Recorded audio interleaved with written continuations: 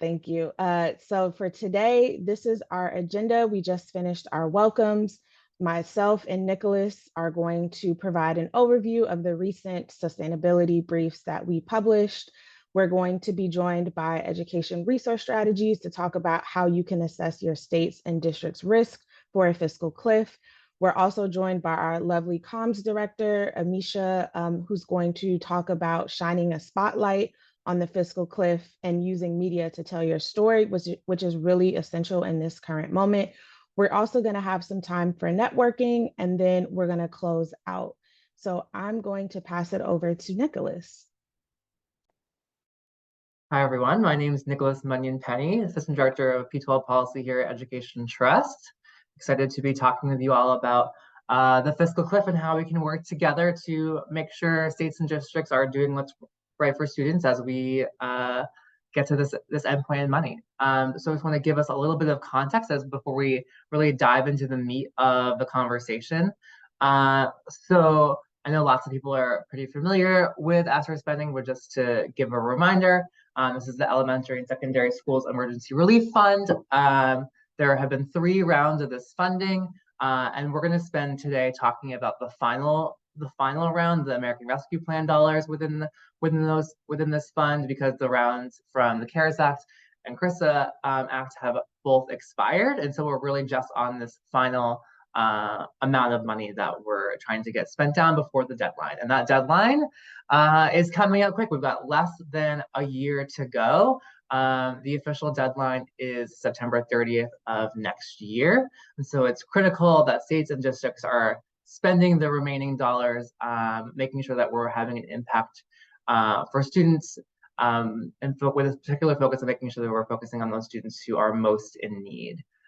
You can see over here on this chart that is on this slide. This is a data compiled by the Economics Lab at Georgetown earlier this month, looking at where we have districts that are potentially at risk of not spending all of their money by the deadline. There are definitely some states that stand out as having a lot of districts, including Arizona, California, Illinois, Indiana, Michigan, Missouri, and New York, especially New Jersey. Lots of districts that potentially are at risk of not spending all of their money before time runs out. This could be partially just because of lagged reporting, but it's definitely something worth looking into if we want to, where the state that you're coming from is one of these states that has a large number of potential districts that have not spent down their money. Because as a reminder, 90% of the money went directly to districts, so they're the ones that are really responsible for spending this down. Something I think that's also worth flagging is that the Department of Education has released some notification that they're going to, like they did in the first 2 rounds, allow for a potential extension of the deadline.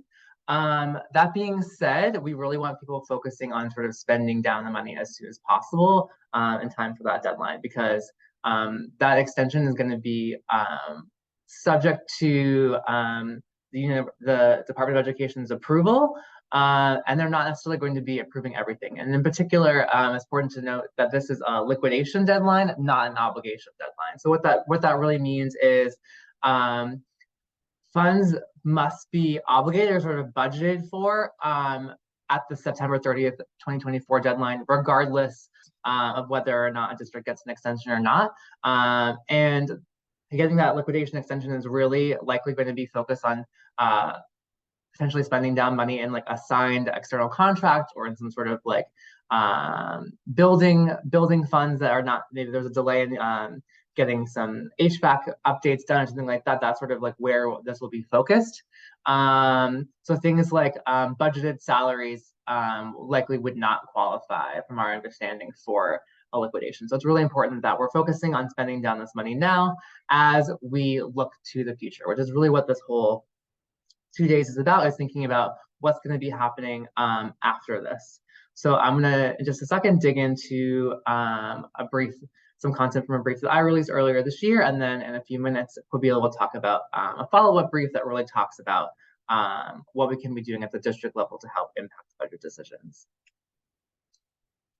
So the brief that I'm going to be talking about is watching out for the fiscal cliff, advocating for educational equity as ESSER spending winds down. So really why we're talking about this is because we know that the funds are not going to go, while the funds are going away, student needs and particularly systemic inequities that were exacerbated by the pandemic are not going away when the money does. There will still be many student needs left to address once this money is gone. So we need to make sure that we're sustaining the things that are having an impact for students, particularly those with the highest need.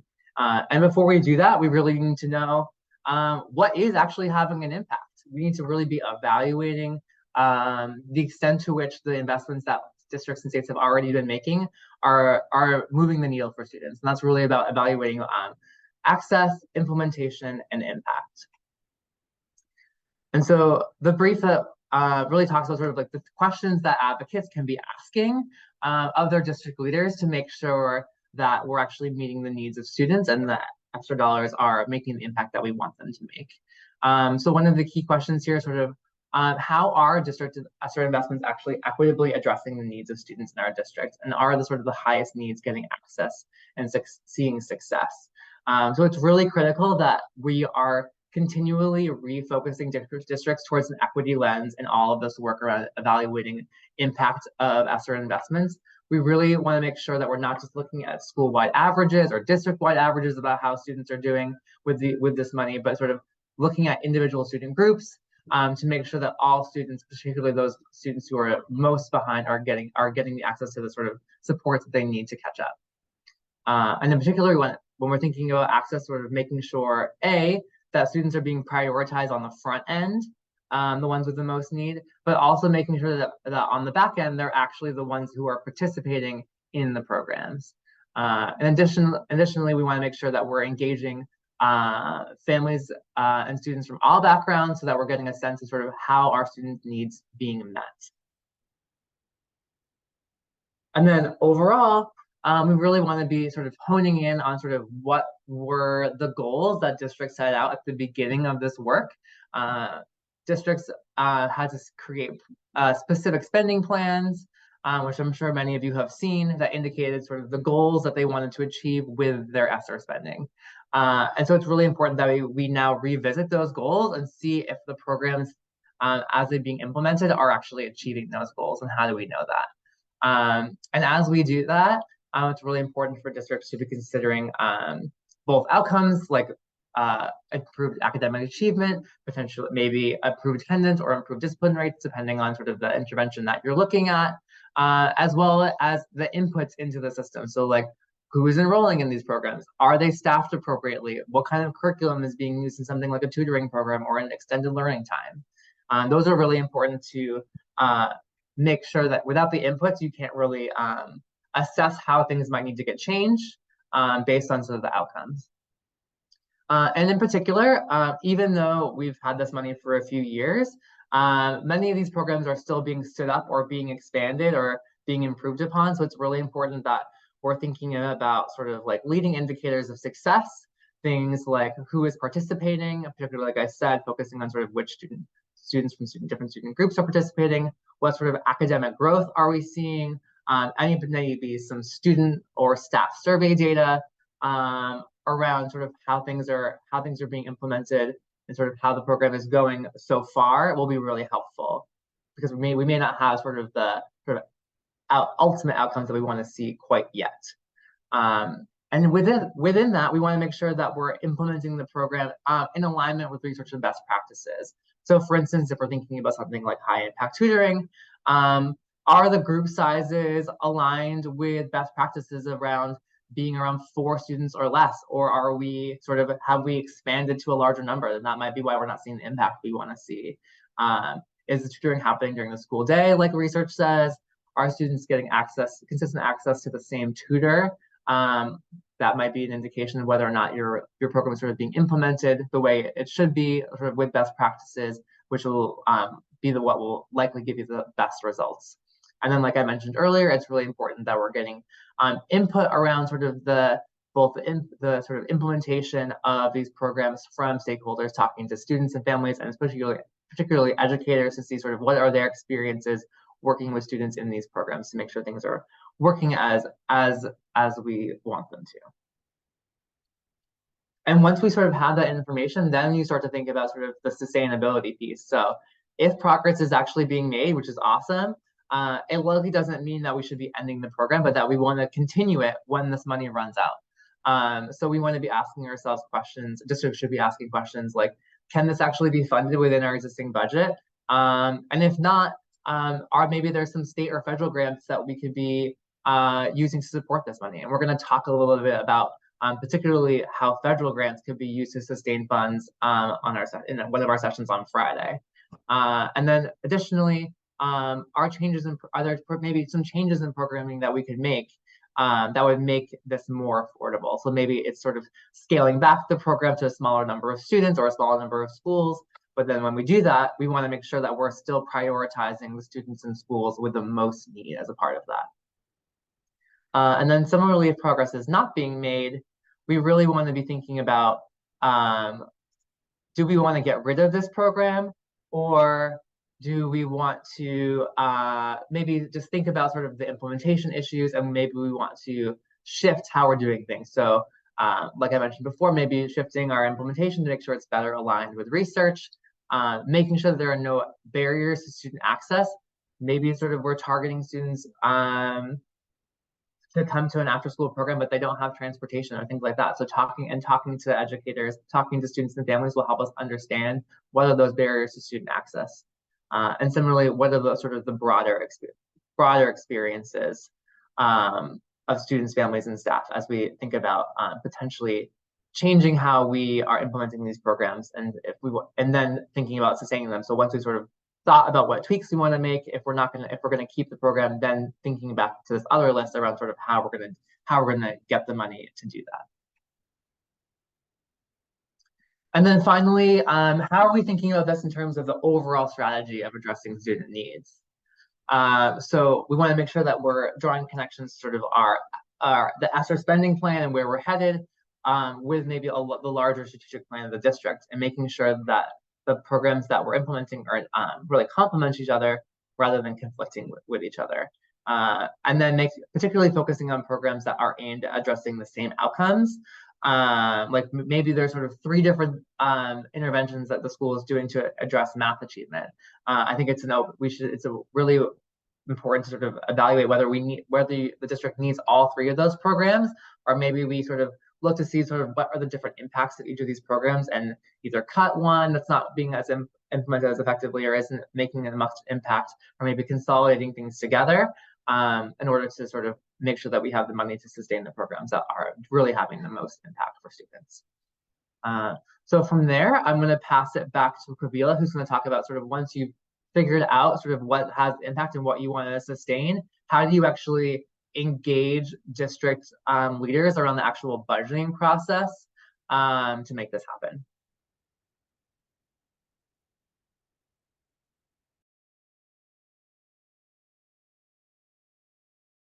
I was muted. Sorry about that. Thanks, Nicholas. Yesterday, we released a new brief titled Budgeting for Equity Beyond ESSER, a guide to actionable state and district policy responses to the fiscal cliff.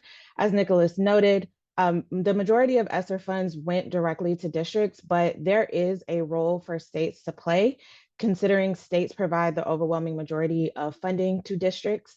And just so we're clear, while Nicholas's brief focused largely on how are we assessing the impact of the ESSER investments we've made to date, my brief really focuses on, we know that this money is no longer going to be here.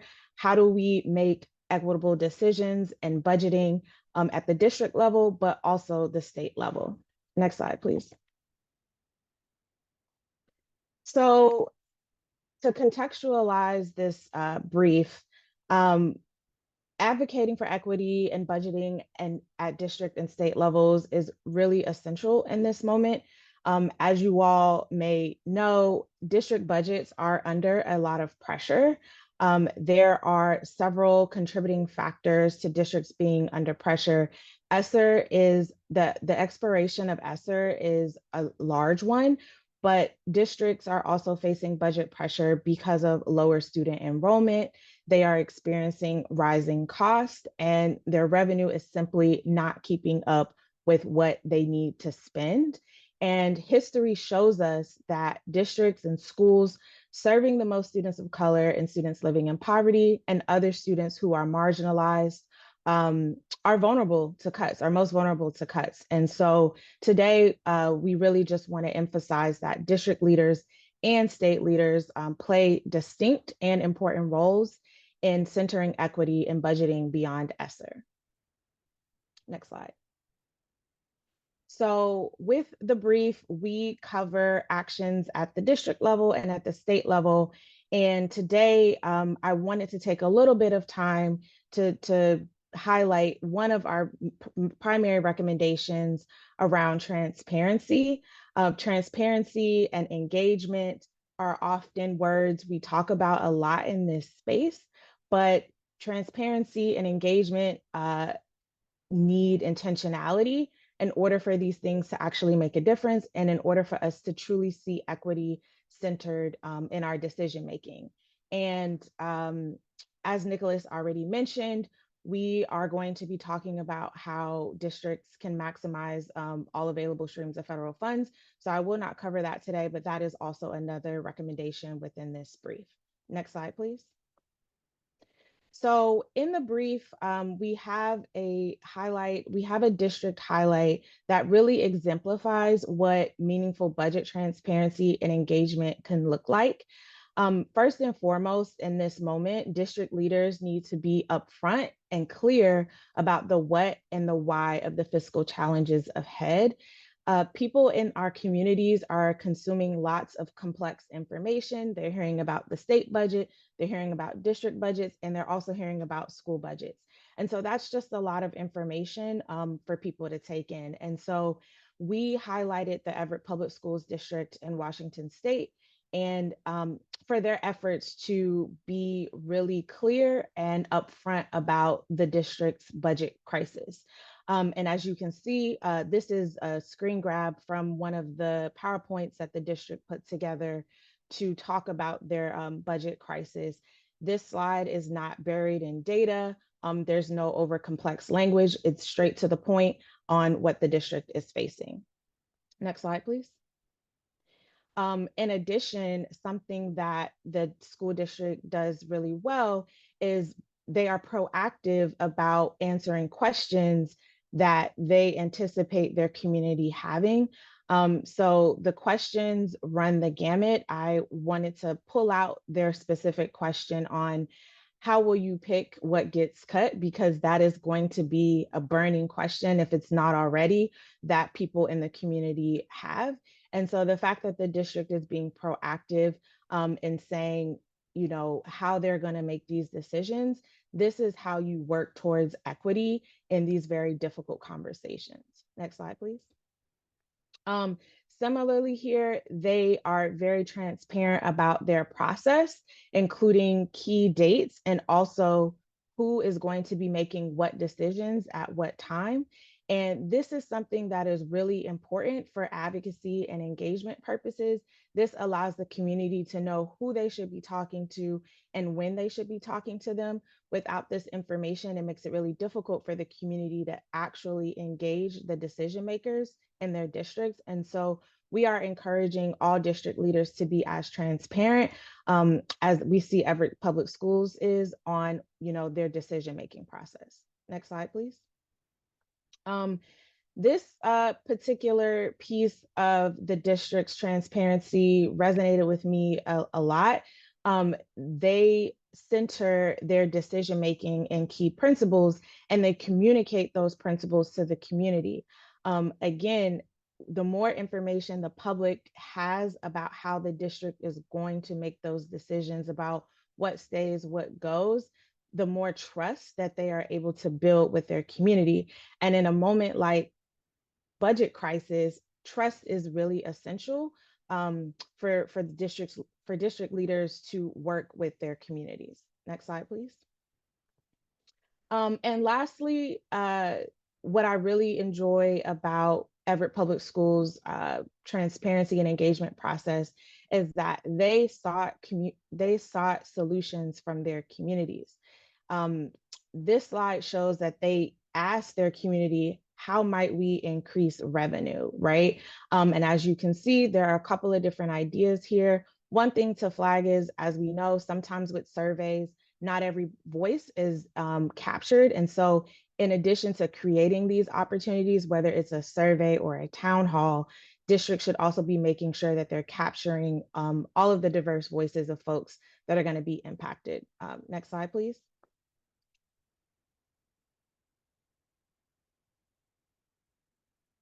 This slide just shows another question that the district used to solicit input from their community. This one is about decreasing expenses and the extent to whether or not the district is able to fully act on all of these, I think is less important as making sure that the district is considering and has an understanding of where the community is and what the community may be able to tolerate, because they have an understanding that hard decisions have to be made. Next slide, please. So at the district level, I'm just going to say this really quickly so we can have ERS join us and talk about how we assess risk for an ESSER cliff. Advocates, I really encourage you to scrutinize any public budget document that comes to your district or it comes out of your district. We know that there are difficult budget times ahead of us, but not all cuts are inevitable. I've been in your shoes before. I've had to look at budget documents and really pick apart what the district was saying needed to be done in order to meet student needs. And there is power in you all being able to assess what the district is saying and push them to center student needs. And then lastly, there are tons of conversations right now about school closures and consolidations. That those options are common ways districts attempt to save money, but there are very big human and social costs, and those closures and consolidations almost always fall on the shoulders of Black and Latino students and school serving students living in poverty. So in the brief, we talk about how advocates can monitor and what to look out for in those conversations. Next slide, please. Really quickly, these are some of the actions that we're recommending at the state level. These are, I would say, not necessarily new, right? We continue to push folks to ask for more, for the states to increase their investment, to make sure that if cuts have to happen at the state level, that we're protecting our most economically vulnerable districts. And then lastly, a piece to consider is monitoring state fiscal oversight or intervention actions. Districts are dealing with different levels of budget crises, but sometimes states can be unfair in how they respond to districts depending on their economic conditions or even, majority student of color districts. And so in order for us to center equity at the state level, we urge advocates to monitor these conversations and push your state leaders to be fair in any actions that they take. Next slide. Okay, so that was really fast. I know I want to make sure we respect ERS's time, and also I don't want to give everything away because I still want y'all to read what I wrote. So now we are going to hand it over to Betty Chang from ERS. I'm going to let you introduce yourself so you can get started.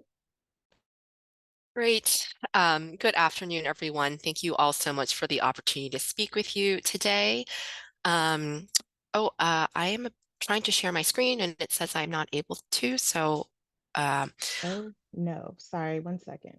Yep, no worries. So I can introduce education resource strategies while we're changing the permissions on that. So education resource strategies, we are a nonprofit. We are based in the Boston area. We're a national nonprofit. Oh, great. Great. Are you able to see my screen? All right. Yes. All right. So sorry about that. You'd think that after I don't know, 3 years of Zoom, we'd get all this sort of tech stuff sorted out, but no, nonetheless. Okay, so I'm a managing partner at ERS. ERS is a nonprofit that works with school system leaders across the country to really transform how they use their resources to support student success. Since 2004, we've worked with the leaders of hundreds of school systems and several states. And we are really excited for the opportunity to share today with all of you. So, as was discussed in the previous session, one of the things that we want to be able to share with you are a couple of the risk factors that make a district sort of, we think, more likely to experience a very significant ESSER fiscal cliff. We're going to talk through about what that looks like, and then a couple of factors about how the ESSER cliff will be felt by each state. And so I think, first and foremost, I think what I would say is that, I know that I personally and lots of us in the field wish that there was publicly data available that we could just like be able to crunch the numbers for all of you and be able to sort of tell you like, okay, every single district in the country, this is what their fiscal cliff is going to be. And we have realized, and a number of us have tried to sort of do this in many ways. And what we've realized is that it's just not going to be possible to do that because a lot of the data that we need isn't necessarily publicly available, or it's not necessarily available in a way that allows us to be able to scrape it and pull it out and do it at scale. Though I guess AI might be able to change that in the future for us. But and so, one of the things I would say first and foremost, as you're thinking about what states should be doing leading into this last year of ESSER, is to really be advocating for your state to be doing this analysis for all of the LEAs in the state. Like, I think that every state Department of Education should be analyzing their districts and looking at, which are the top districts that are most likely to be at risk for a big, fiscal cliff.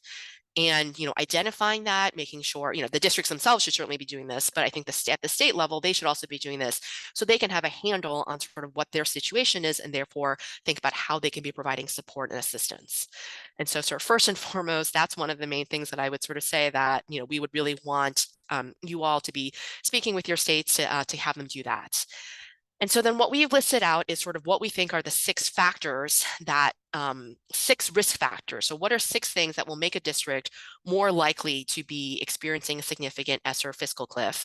I will talk through each of those 6. I will also share sort of how you can measure that. So what we tried to do with these 6 risk factors is pick things that you could be able to go into the district budget book and do a find and search and be able to find this information so that you can be able to figure out what it might look like in your community. And so the 6 factors are, so the first one, 6th risk factor. I know I'm probably repeating stuff that Kubler already shared, but obviously the first factor is a large ESSER allocation. So if the district was one of the districts that received a really, really large ESSER allocation, obviously the more you receive, the more likely the odds are that when it goes away, you're going to experience a big cliff.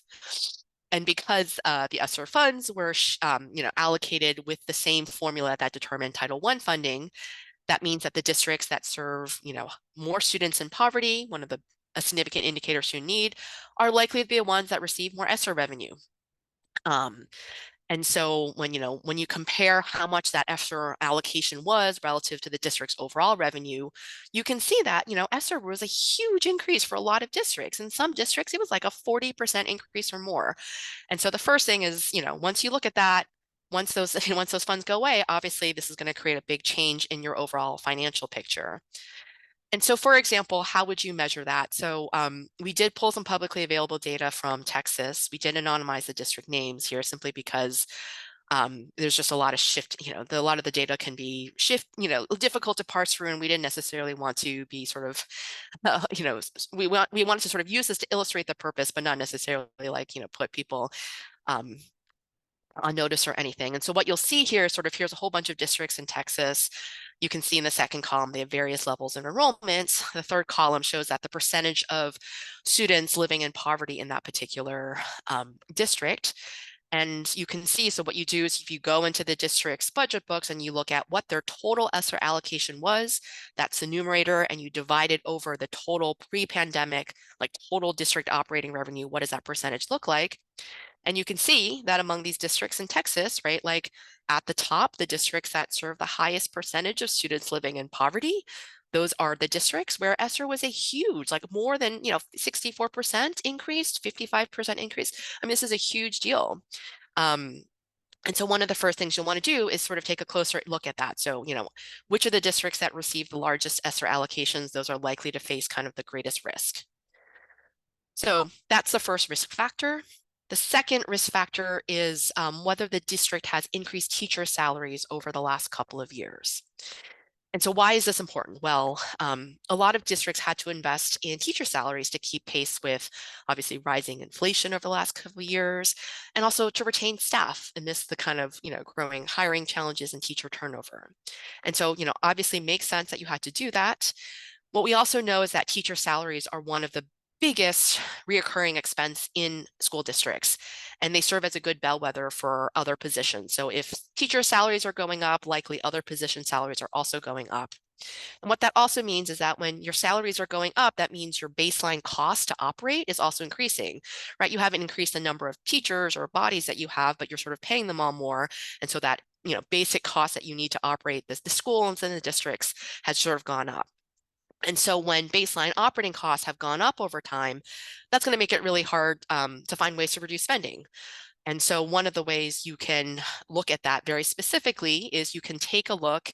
Most district budget books will list what their average teacher salary is, and you can go back a couple of years and you can look and see, has the average teacher salary in the district increased over time over the last couple of years? And you can see for a bunch of districts, and some districts, it was quite a lot, 10, 20% increases. In Texas, when we did this, the median change was on average, teacher salary was going up by about 10%. So, teacher salary is about 10% higher now than it was pre-pandemic.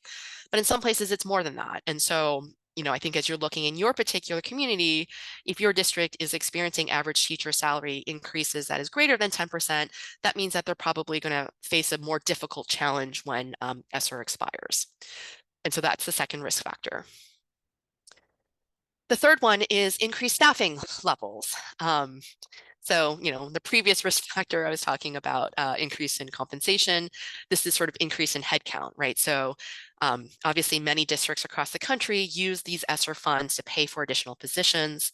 Sometimes that meant increasing funding or adding new staff like social workers or literacy coaches or mental health and support staff. Sometimes that meant using the money to avoid eliminating positions. So, you've got declining enrollment over the last couple of years, but because of ESSER, you've been able to sort of keep these positions and not have to cut them to kind of create stability during a tumultuous time. Obviously, those are all very legitimate things for districts to be doing over the last couple of years. But what that does mean is that when the ESSER funds go away, the districts will now have to think about eliminating positions that they can't sustain anymore. Right. So in some ways, if you think about, especially if you have a declining enrollment district, the way you can think about it is that, over the last couple of years, they've been able to keep staffing levels at the way they are instead of maybe reducing slightly every year. And all of a sudden with ESSER going away, that may require a big sort of adjustment at one time, which can be extremely disruptive. And so that's a big risk factor to look into.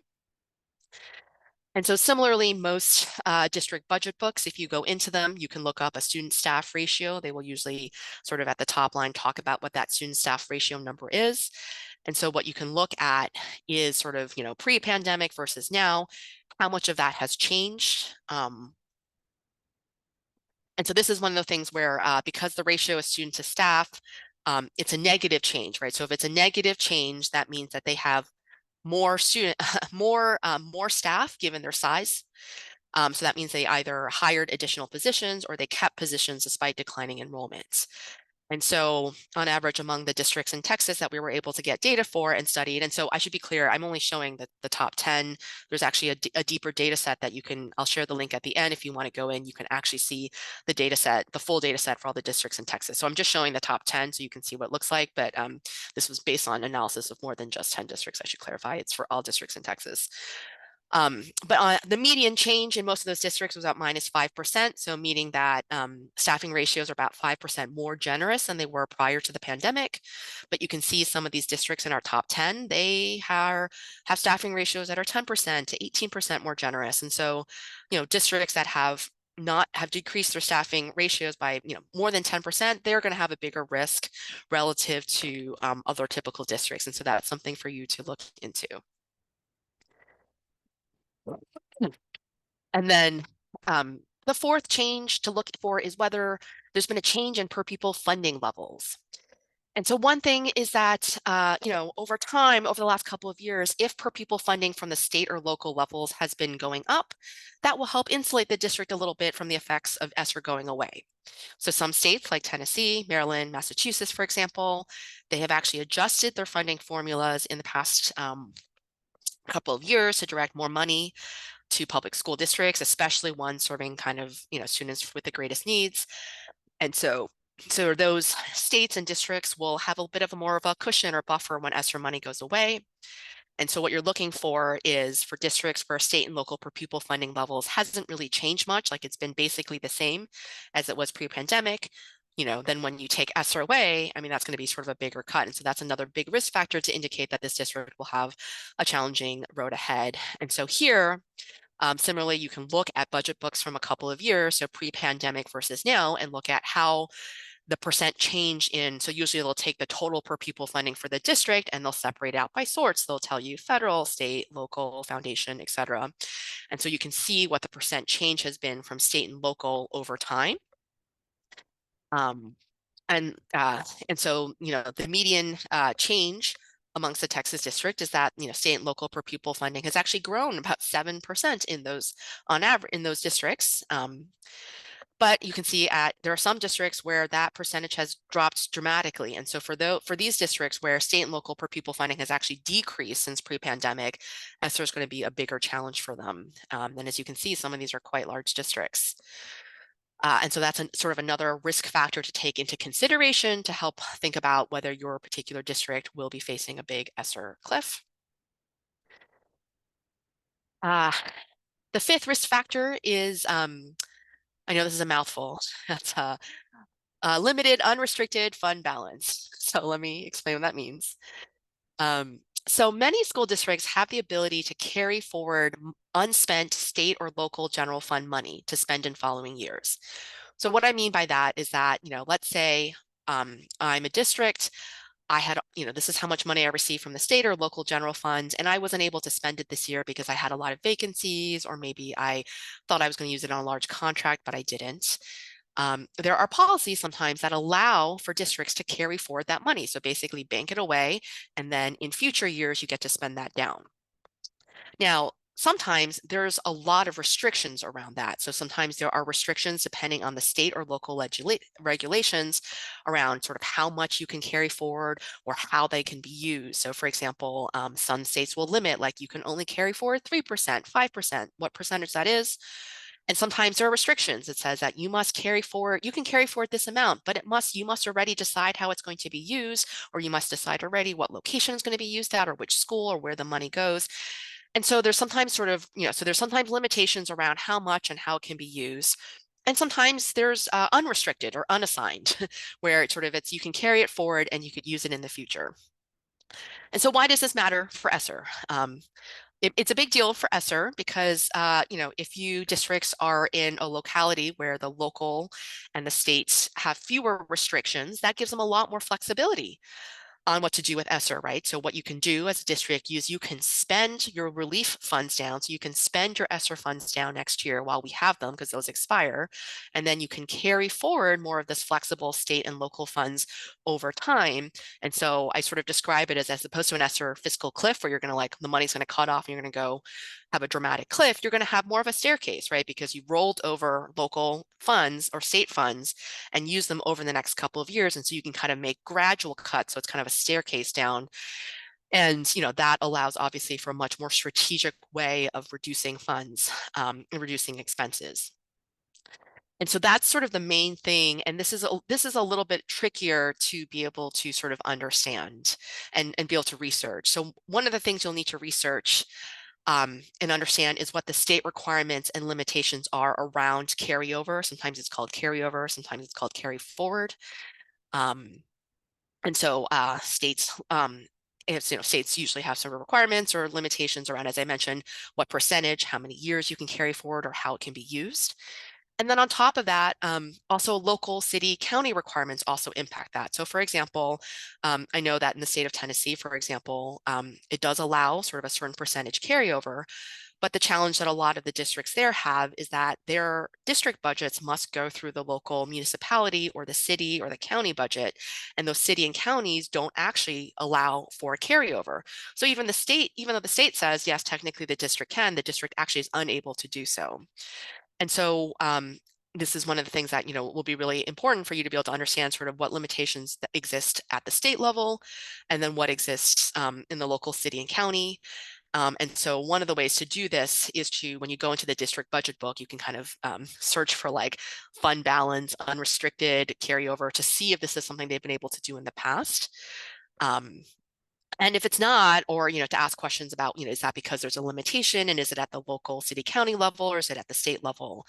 But this is one of the sort of very technical and tactical things that we think advocates could be helping districts for, in advocating for sort of, maybe this isn't a permanent solution, but that, allowing for some, more unrestricted rules that allow districts to have more flexibility around carryover over the next couple of years to help kind of create this as sort of staircase down as opposed to a cliff. I see someone's raised their hand. I don't know if you're able to. I see. Yeah, Great. I can't see. Yeah, let's if folks could put their questions in the chat, that would be great. Thank you. Great. And then the last, the sixth issue is around unspent ESSER dollars. So the sixth risk factor. So if you're a school district, they had obviously it came in waves. You had a couple of years to spend the money. And so if the school district is going into this final year, fiscal year 2024, school year 23-24, with a lot of money left to spend, it means that, there's probably a greater risk that they might be spending the money without really a plan for long-term sustainability, or they might be prioritizing kind of quick one-time investments, right? I mean, you've got a lot of money to spend, you have less time, and so you're sort of just trying to get through it. And so I think for those that have a large amount left to spend closer to the deadline, I think are probably at more risk of facing an unwelcome fiscal cliff, because obviously you're going to be spending a lot this year. And so that means the decrease to next year will be felt more acutely. And so this is one of those things that, you can measure it. This is usually in all the budget books. And there are also orgs out there that have tried to pull this out and summarize this at the state and national level, where you can look up sort of, how much of the final round of ESSER 3, how much of that has been unspent at the end of this prior school year, and how much is remaining. And so you can see among these Texas districts that we studied, the medium amount was actually, there wasn't that much left that was unspent, but you have some that with, quite significant amounts left to spend.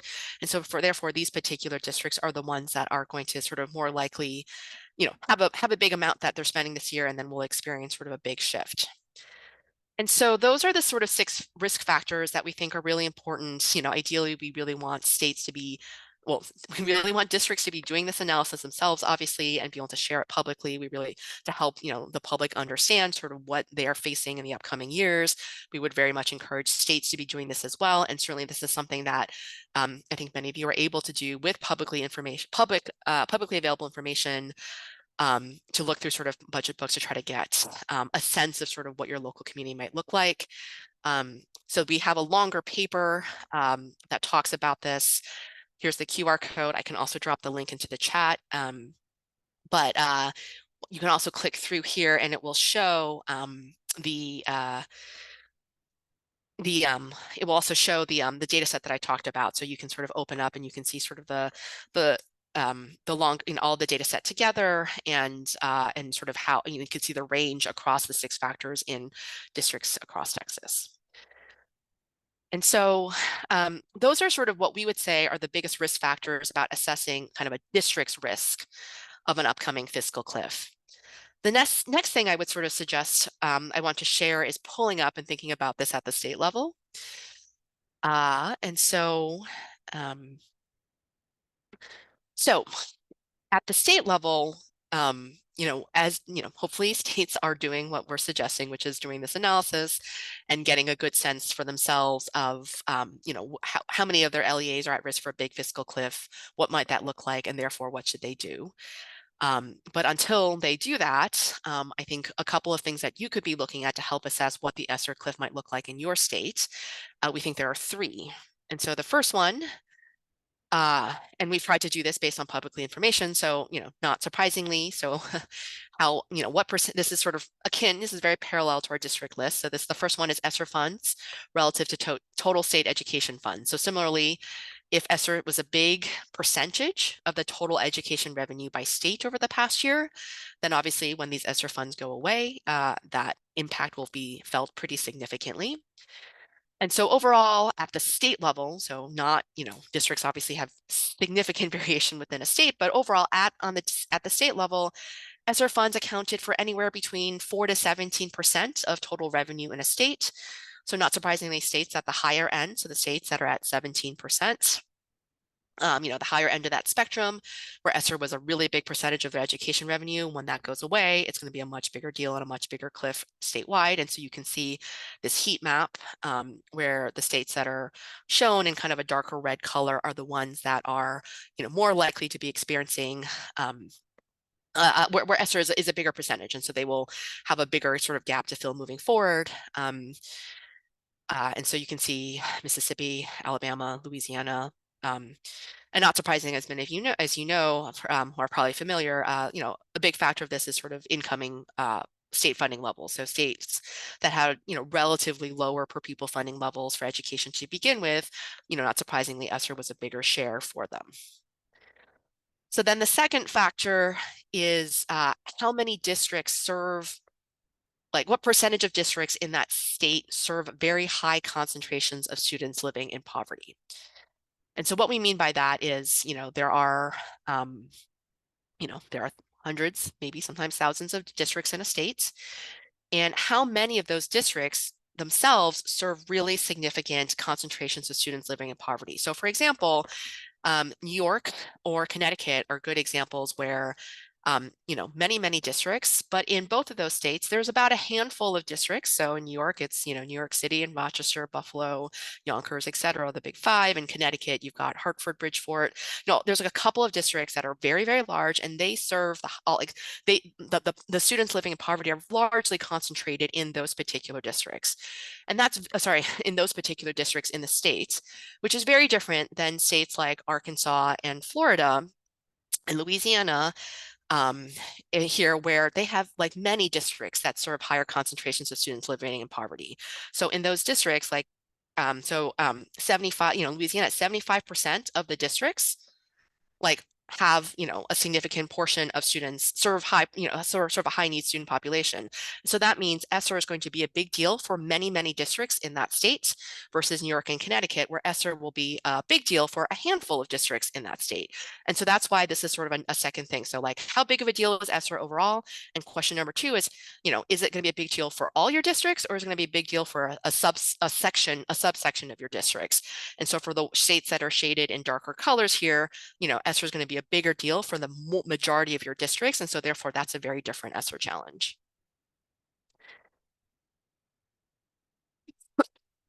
And this third factor is how many students are in a higher need district. And so this is sort of the intersection between district size and district need. So states like Mississippi and Louisiana, where, as I mentioned before, almost all of the districts serve, a higher students from higher economically disadvantaged communities. And also those districts serve the majority of students. And so the vast majority, so that means how many students are going to be impacted by this ESSER cliff in those states, it's going to be pretty significant. And so then what you want to do is you want to look at the intersection across all three of these. And so if we take sort of these three factors, so states where ESSER was more than 8% of total revenue, states where more than 30% of their districts are considered high needs districts, and states where more than 30% of their students actually attend these high need districts, and so there's going to be a significant impact on students. There are 15 states that sort of sit in the middle, where they rate high across all of these factors. And then you can see that there's actually a list over here or states that that are not actually heavily impacted by these 3 factors. And so for these 15 states, based on the publicly available information that we have, we think that the ESSER cliff will be a bigger challenge for them, because at the state level, it's going to be a big deal for a lot of districts within those states, and it will impact a lot of students. And so therefore, these states need to be thinking about what their strategy is for intervention, because that looks very different than, for example, the districts here that I've got, districts here, as I mentioned, like the states here in Connecticut and New York, where you've got handful of districts that they've got to worry about. And so the state can take a much more directed and targeted support, because they've got a whole bunch of states to think about, a whole bunch of districts within their state to think about, versus the one that are in the middle here, where like they have to think about how they're going to support the vast majority of districts in their state. I'm really sorry, I have a very bad cold, and so I'm just trying to fight through this. And yes, thank you for the note in the chat. Well, yeah, this data is concerning, right? Because if we overlay on top of that what the local funding conversation is in those states, when we take ESSER money away, and on top of that, how folks are talking about sort of decreased to state funding levels, that creates a sort of increased challenge on top of that. And so this particular analysis is also shared in a document that you can share, and I'll put the link as well into the chat, where it sort of goes into more detail about each of these factors, and you can there's a data visualization, so you can go to and you can pull up the data by every single state to look at what we are thinking may be happening in each of those states based on the data that we have from this past fiscal year. All right, I know that was quite a bit. But that actually sort of concludes the part that I was going to share with you all. So happy to pause and take questions. Betty, we've got a couple questions that came in the Q&A section. Great. So I can read those to you, and then I know we've got some in the chat as well. Okay. How can the general public see education budget details for their district? Oh, yeah. So if you go to most district websites, if I would just, if going to local district website, Washington, my DC public schools, local district, generally under their finance, you can navigate to their finance or their budget section. Every year, the districts usually it's like a budget book is usually what it's called. And so it's going to be this giant PDF that has like 300 pages in it, and it's going to be full of text and charts and things like that. So you can sort of go to that. And then I would just use the search feature like in PDF. So I would search unrestricted fund balance or teacher ratios, and then it'll sort of click you through the PDF, and it'll report out. So there should be one every year, and usually districts have the budget books from past years. So you're able to sort of compare that. And so that would be probably the easiest way to get that. Certainly some states have done a really good job of aggregating all of the district information at the state level, though some of the factors that I talked about likely won't be available at the state level, because that's not typically the stuff they report. So you probably do need to go to the district budget books themselves to search up that information. Betty, can I also add that sometimes there are organizations that analyze budgets, and they may also have more user-friendly resources that explain what's in a district's budget, because as Betty just named, sometimes these PDFs are hundreds and hundreds of pages, which is a difficult way to learn about your budget. So I would also recommend seeing if there are any other organizations or advocacy organizations that focus on public education, and if they have user-friendly tools to explain their budgets. I would also thank you so much for that. I would also say that not that AI is a solution for all this, but I would really, I'm hopeful that we can think about in the future where we can have sort of an AI bot be able to scrape like the budget books of all of the the districts, pull them up, and be able to sort of pull out all that information to like a summary, and be able to do that more efficiently. But yeah, it is unfortunately largely in these sort of large PDF documents is probably the best way to get to it. And folks also offered some other potential sources in the chat. So Mary shared that it can be attached in their strat plans, and then the school board being a really good source as well. Since they have to approve budgets, you can look at board documents and find budget information there. Another question from the Q&A, how do these risk factors align with general state budget projections? Are there signs of states stepping up their aid appropriations to help districts transition? First of all, hi Zavava, good to see you. I do not have a good answer to this. I will say, I don't know if Nicholas or Kuba, do you have a sense? I mean, I think, you know, one of the reasons we would hope that states are sort of doing this analysis is so that if they understand kind of what kind of a risk they're facing, that they would be able to, you know, think about sort of the aid that they could provide. But I don't have enough of visibility over sort of that other side of like what conversations are happening about increasing state aid. Yeah, I mean, I think this is really why in the brief that we released yesterday, we are encouraging advocates to push for increased state aid, inserting that narrative into the conversation right now, because it's largely been, well, the districts have the money, they can figure this out. But as Betty's presentation reveals, there are districts that are facing really, really steep declines in their revenue once ESSER goes away. So I think it really is up to advocates to put this conversation in front of their state leaders. I'll also say that at least just from what I've seen, states aren't slowing down. Their state economies are not slowing down as drastically as we often think is going to happen. And so I know she flagged a couple of states that just this year and last year have increased state aid, but I'm not sure if you mentioned Michigan, but Michigan just did a really big increase, particularly for students who are economically disadvantaged or considered at risk. So states are still making investments, and we're also seeing states with rather large surpluses. Now, those surpluses aren't going to last forever, but I think that to the extent states have additional revenue to provide to districts, we should be encouraging state leaders to act that way.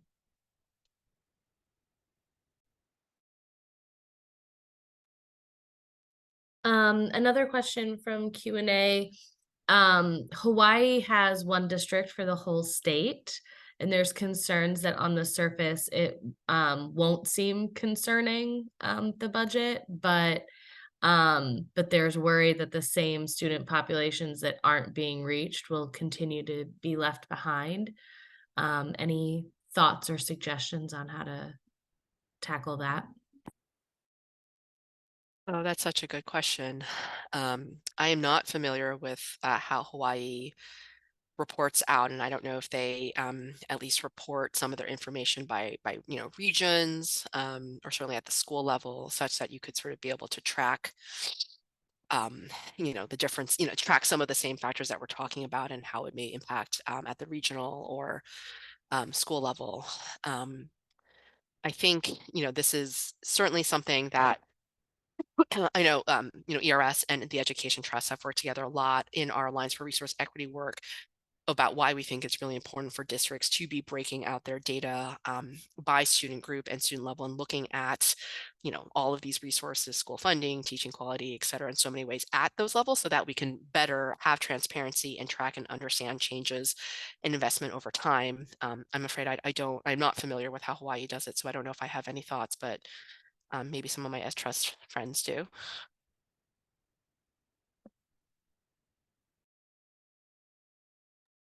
No, I'm not familiar with Hawaii.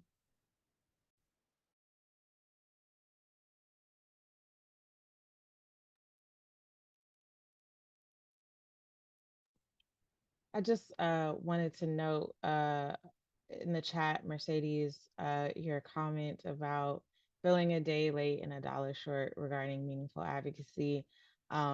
Totally hear you. I've been following the conversation in Texas, and I'm at least still inspired that folks are making the case for, fair funding in Texas, but it is definitely challenging, and we don't want to like overlook that. But to the extent that you are able to build coalitions, right?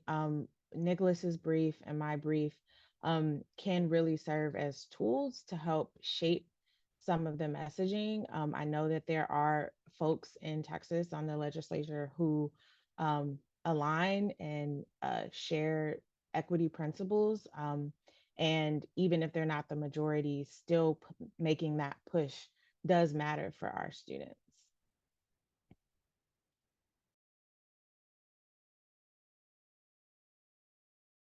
Well, Betty, we want to thank you. I don't know that we have any more questions in our chat. We will be sure to share all of the resources that Betty presented on today, and as well provided in the chat. And not sure, Betty, if you have any one last thing to share with us. No, thank you all for bearing with me. I've had a terrible cold, so I'm sure I was not pleasant to listen to. I just would say that, I think when people ask me what's the one tactical thing that you can do, advocates can do right now to help districts through this, I know it sounds really boring, but I'm just going to sort of say the carry forward, carry over policy. It sounds like a really technical thing, but that feels like the most sort of viable, politically feasible, hopefully. I don't know if that's even a word these days, things to potentially advocate for, where because what we're asking is for, either if there is a policy that is restrictive right now about how they're able to carry forward funds, just to relax that for a couple of years, or while this ESSER fiscal cliff is happening, or it just because I think that sort of is the most practical thing that allows kind of as opposed to a 1-year big change, to sort of have that happen over a couple of years. And I think that enables a little bit more planning, a little bit more time. And so I just would really encourage you to find out what that is in your local state, in your local community, and raise that question to their district. I mean, I've talked to districts sometimes where they're like, oh, I didn't even know that was a thing. They've never been able to do that. And so it didn't occur to them that this was a possibility. And so they just, because their local municipality or county just doesn't allow this, like they didn't realize that that was something that the state theoretically allowed. And so, for sometimes and so for them, it's like, oh, now it's information that they can go and sort of talk to their local representatives about whether they can sort of change those rules. So I know it's kind of maybe a boring ticky-tacky technical thing, but I think it's one of the most sort of practical things that we can do right now over the next couple of years. And if you don't mind, can I just ask you, have you heard from districts that this is a route that they are in fact pursuing? Have you heard anything about that yet? I think so. Certainly in the districts where we've worked, and we sort of try to raise it and make sure they are aware that this is a lever they could pull. As I said, I don't know that if it's on everyone's radar, because oftentimes this is one of those things where if this is simply what districts are, if they don't know that this is an option to them, it might not consider it. And then there are some states, I should say, there are some states that basically say you aren't allowed to do it, or actually quite restrictive, like actually Massachusetts, I believe, is an example where you're only allowed to carry over a certain percentage, and you must use it within the next year. And so that's, which is, very different than obviously a larger percentage and using it over like 3 to 5 years. And so sometimes it is at the state level where the restrictions apply. And so, yeah, I don't know if there's enough knowledge about the lever. Maybe this is something that, you, me, and Nicholas could think about writing a paper or a brief about, and trying to, get more awareness around, because I just feel like it's it's hopefully a feasible tactical change that we can make to ease the fiscal cliff over the next couple of years. Well, thank you, Betty. Thank you again. Okay.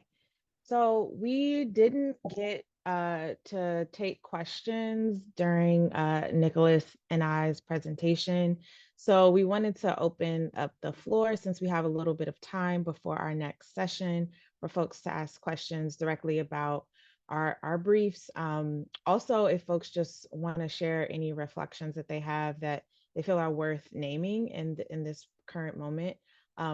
Hearing what we just heard about the different risk factors at both the district and the state level.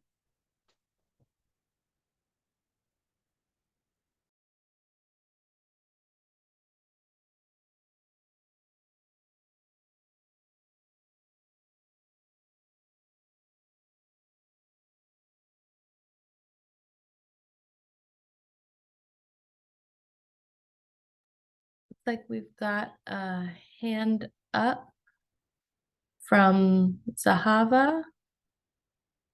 I'm gonna try our technology to allow her to talk.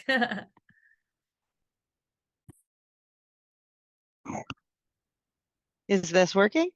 Yes. Hey, Zahava. Hey, friend. Hey, good to see you all. I'm just thinking about the fiscal cliff challenge of layoffs and how we talk about that as advocates. Because I think that if school districts had hired no new people, they would be getting a tremendous amount of flack for, spending all their ESSER money on a pile of consumable goods. Ultimately, schools are buildings full of people, and it's very hard to do anything meaningful for students without staffing up. And, you know, something that I think we've seen is school districts being clear-eyed about that and accepting the risk of layoffs as the better option rather than doing nothing impactful with the money. And so one thing that I see as a tension is I think that people who are just on the finance accountability side, we're very intense about warning districts not to use limited time funds for recurring costs like staff expenses, and districts saying that doesn't reflect our reality. If we care about mental health, we're hiring people. If we care about academics, we're hiring people. If we care about after school programs, we're hiring people. Like all of these things are forms of staffed initiatives. So what's the right balance to strike in our narrative about district responsibility here?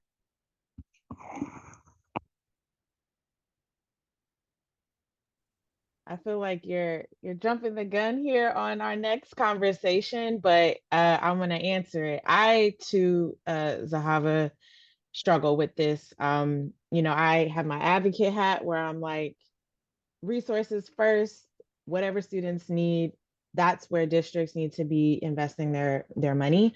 But there is the very real reality that districts have to balance their budgets. And I think that as an advocate, always leading with the fact that students suffered a tremendous amount of, disruption throughout the pandemic. And we know that those effects are lasting. And so making those investments in staff were the right thing to do, right? I think we have to get behind districts who responded to the need in the moment. And, these data points about staff outpacing, students, in many instances, schools have never had the staff that they needed, right? Particularly for our districts serving majority students living in poverty and students of color, like they've long gone without these investments. So to me, it's like wild that we are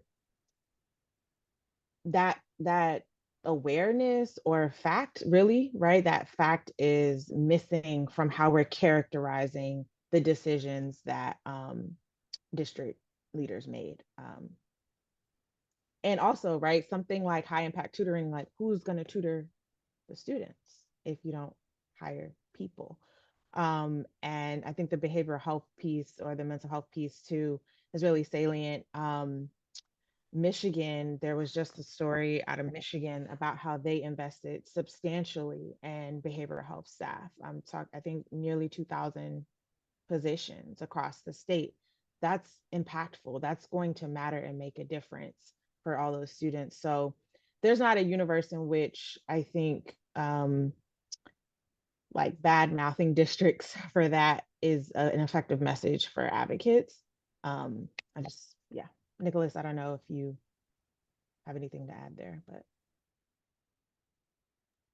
No, I think that's right. I think we need to be, not sort of blaming districts for doing what they think is right for students in the moment with the money that they needed, and just thinking about how we can make sure any cuts that we do are being done in an equitable way, and making sure that we're not disproportionately putting those cuts towards staff at schools where sort of we have the highest student needs. So just making sure that we're being thoughtful about any cuts that we do have to make.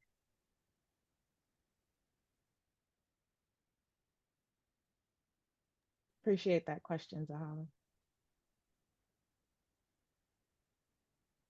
Got another question from Christopher in the chat. Wondering about enrollment declines we are seeing in many urban districts. It seems that we're looking at the perfect storm of ESSER spending ending when per pupil support is also likely to see a major decline. Yeah, so how do we talk about those challenges? This is exactly why in my brief, I named this as part of the advocacy strategy and push. We need to make it really clear that it's just not about the ESSER dollars going away, that districts really are facing financial pressure on all fronts. Big urban districts, it's not even just big urban districts that are seeing these steep declines in enrollment. It is also in some of our rural communities who are already, underfunded in many ways, that are also losing students. And so I think you're absolutely right that this is not just an ESSER cliff conversation. This is I don't have a nice catchy way to describe all three of these factors. I know the big squeeze, like triple storm, like there are multiple factors here that there are multiple factors that require a sense of urgency.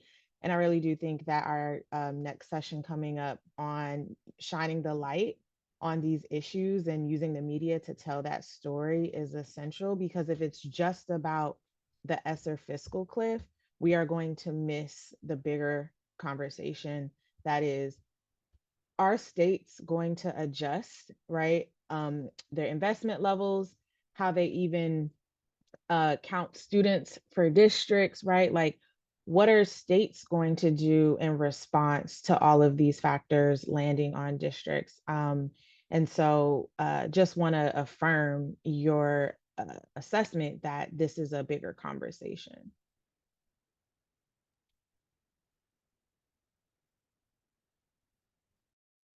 I think that also leads into another question that's in the chat. While ESSER is a great reason to be concerned, there's a feeling like LEAs spend enough time on all of their funds and funding sources. What effectiveness are we seeing in terms of Title I funds and local funds?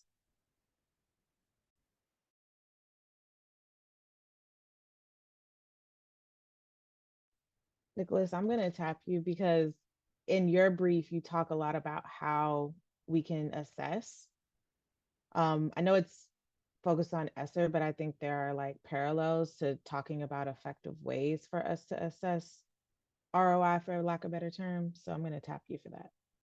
Yeah, absolutely. So that's something that we think a lot about, but I think a lot about in the brief that I published. It's really about making sure that we are taking a look at sort of how things are being implemented. And in particular, when we're sort of looking at the full global perspective, how are we making sure that we are thinking about this in terms of how are we making an impact on how are all the in things that we're doing working together to serve student needs? So it's not just sort of like how are we looking at this one investment by itself and how we're looking at this investment by itself, how are they sort of achieving, how are they working together?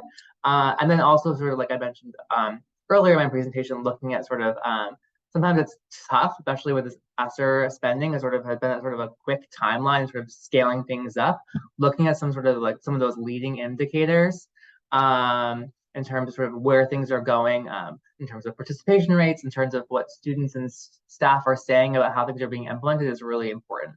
And in terms of sort of using different types of funds together, that's something that we'll talk a lot about in our Friday session as well. So definitely make sure you come back on Friday. We're going to talk a lot about how we can be thinking about effectively braiding and blending like federal sources, state sources, and local sources together in order to have the most impact of all that money together.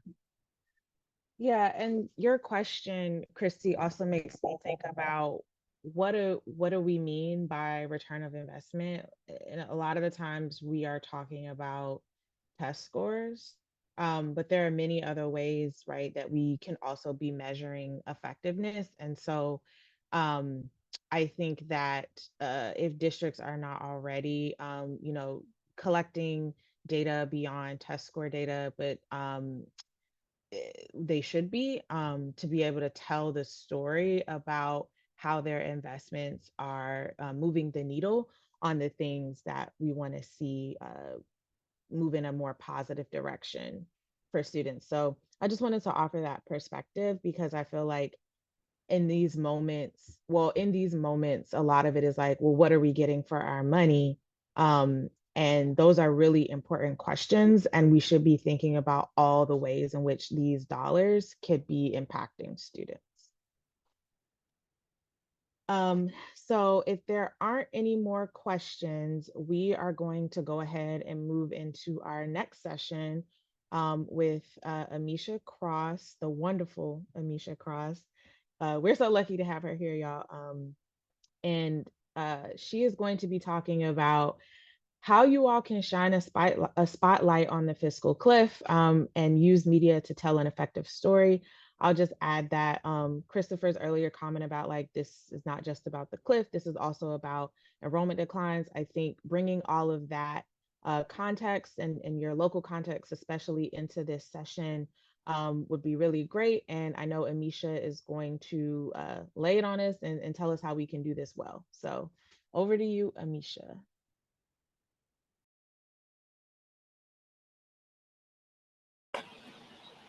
Thanks for the introduction, Kabila, and congrats on everybody who has sat through the sessions today. I know that they were all very powerful. This one in particular is going to focus on how to get your news in the news, specifically around not only the fiscal cliff, but to a point that Kabila made a few moments ago around the other issues that are playing on the fiscal cliff itself, as well as removing some of the jargon around ESSER. As you probably know, there are a lot of things going on all at the same time, and particularly for the communities that some of the hardest hit districts are charged with serving, be it whether it is homelessness, be it whether it is fighting the high cost of food. Parents are making very tough decisions every day, trying to keep the lights on, trying to stay housed, trying to ensure that their kids have someplace to go after school. There's a lot going on. And how we break through the noise in a cycle that is also featuring the crisis in Israel, that is also featuring, hey, we now have a new speaker, and the issues that are happening at the state level. As much as we talk about ESSER, we have to move it in the context of local. All politics is local, as is all activism. There are things that will move your local region and your district a lot more when you pull out specific information of how it affects individuals in that district more than any national news will ever do. And for this session, we're going to focus in on those things, as well as how you can best structure your argument and bring your research to the people. We love research, but the people out there, they need to know how it's going to affect their lives. So we're going to work on how you structure those arguments, how you get media attention around your issue, as well as tossing it to you guys for a little bit of practice, which is always the most fun part of all of these sessions. I don't have slide control, so everyone's going to switch this.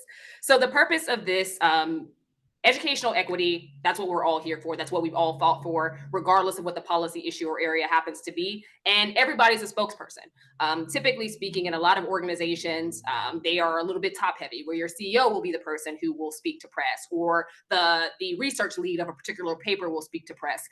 One of the things that I find the most valuable in this space is ensuring that everyone on your team knows they can be a spokesperson. That doesn't mean that everybody's going to be a spokesperson at the same level, but it does mean that they have a firm grasp of the issue. They know the communities that they are serving. They know how to speak truth to power. They also know how the people speak to each other. And that's one of the main reasons that we want to move our research beyond the paper and to the people. And with the understanding that some of the jargon and some of the information that we share amongst each other as education professionals and otherwise, we understand this intrinsically because we've been in the work for a long time. But your parent advocate, your community leader, your local organization, they may not be as familiar with the contextualization of the jargon, the abbreviations. So we're going to remove all of that. Make it plain for people. When you make things plain, you get people to move a little bit faster, but also create a sense of urgency.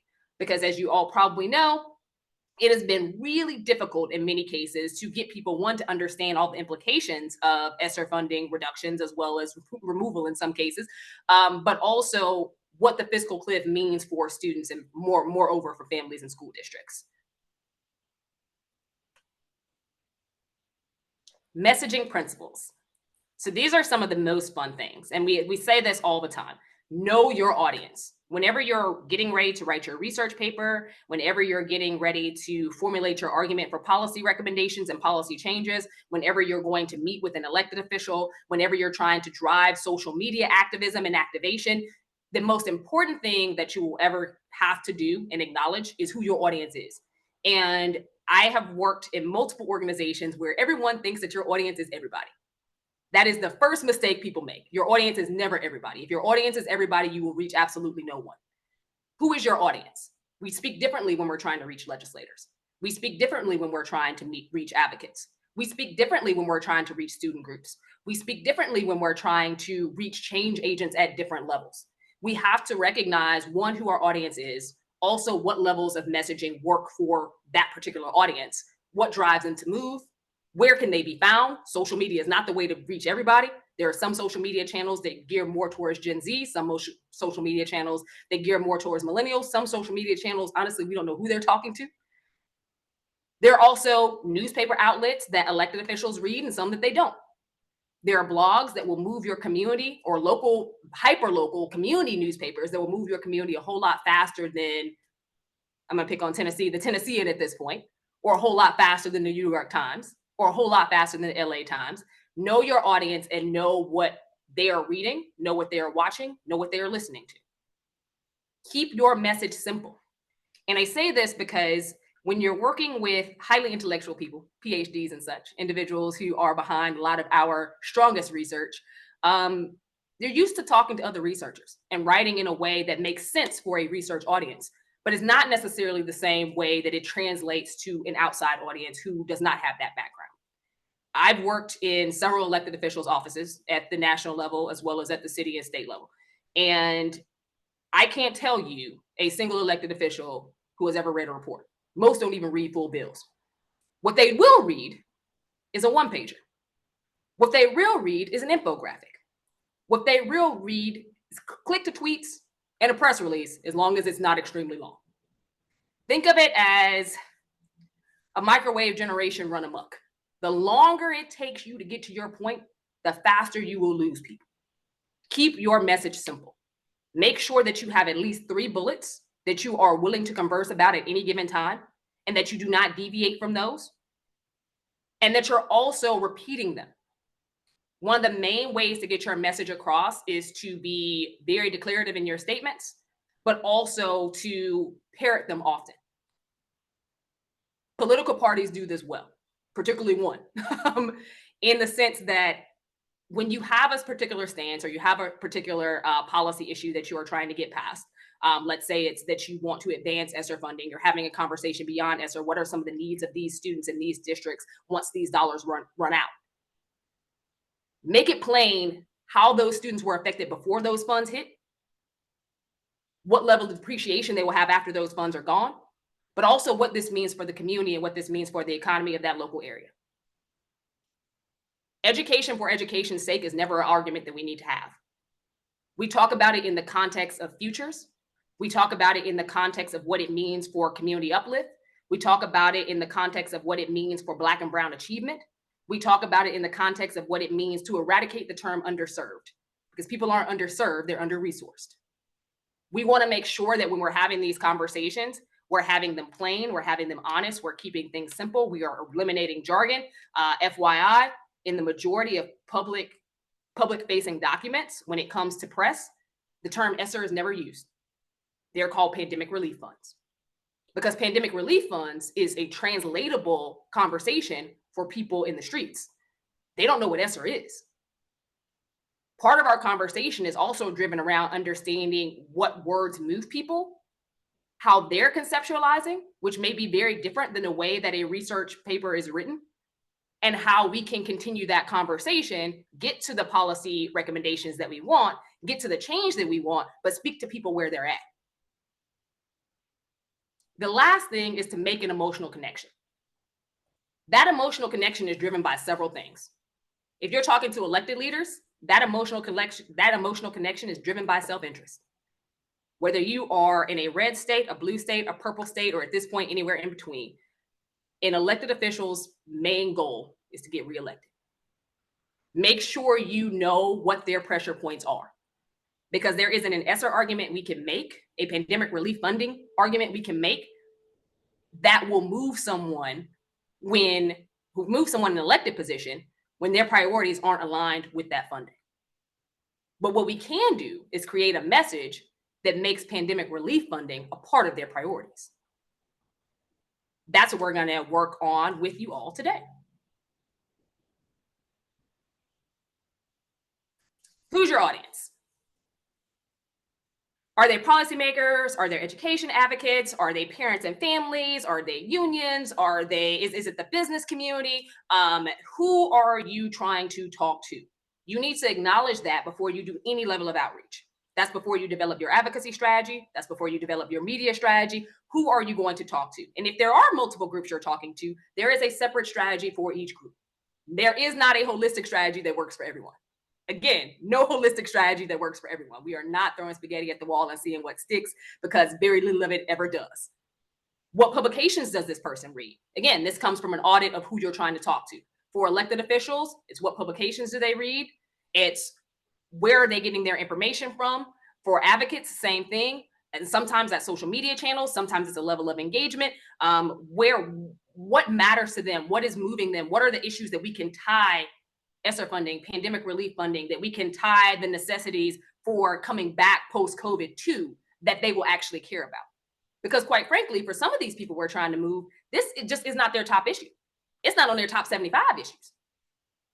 So let's go to their top 5 and tie this into one of that top 5, because there is not a single issue related to economic development that we cannot tie back to pandemic relief funding and ESSER. The success of school districts, the success of young people in those school districts.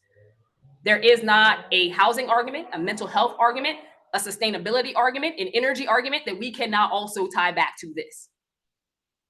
And when you're working with reporters, the best thing that you could possibly do is also understand how they write, how they speak, and what their bent happens to be as well. What does your audience care about? That includes the people who you're reaching out to be the people who carry your message in media. So when we talk about power mapping, when we talk about connecting your values to your advocacy message, it is, am I reaching said elected official? What is this person's value? What are some of the things that they've supported? Not only in education, but what are the things that they've supported in economic development, in job placement? What are the areas they supported these things in, and why? These things are going to be extremely important to us in not only understanding who we're talking to, but what our why is and what our ask of them is. Our policy recommendations largely in this space are pretty vast. Not every district is going to be able to accomplish all of those things at once. Not every district is going to be able to accomplish one of those things at once. Understand where you are, where you need to go, and who you need to move. And again, you never move everybody at the same time. You have to be very strategic in your targeting, and even more strategic in your message for those targets, and connecting their values with your advocacy message. Your advocacy message may change. Do not be wedded to one message. Your advocacy message may in fact change depending on who you're talking to. Campaigns do this very well. Electoral campaigns. You're not going to talk to the person in Kentucky, the elected official or the advocate, in the same way that you're going to talk to the person on the south side of Chicago or in the Bronx. The issues facing their systems may be quite similar, but the ways in which they see their levels of achievement are vastly different. And we have to acknowledge that and meet them where they are. Next slide. Keep your message simple. It's like basic math. We want to be 2 + 2. We don't want to be E equals MC squared, or, it's been a long time since I had to do this, but whatever those formulas are, we're not those people. We're giving them basics. We're keeping our messages short. Our messages are typically no longer than 10 words. They describe whatever your point is in terms of pushing your advocacy. Do you want to move this particular piece of legislation? Do you want to move this specific policy point? What is your ask? And get to your ask quickly. Easy to remember. You want to make sure that your message is something that is striking a chord with your audience. Make sure that your message is something that makes sense to the people you're reaching out to. I was in a session probably a year or so ago where the question was asked, and I'll ask you all, and you can put it in the chat box if you know. Make sure that you do not Google it because I can tell who's cheating. What was Hillary Clinton's campaign slogan in 2016?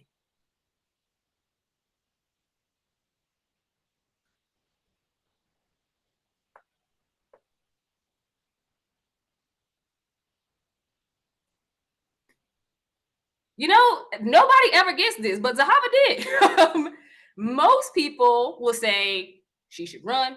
But what was the campaign slogan for Donald Trump in 2016?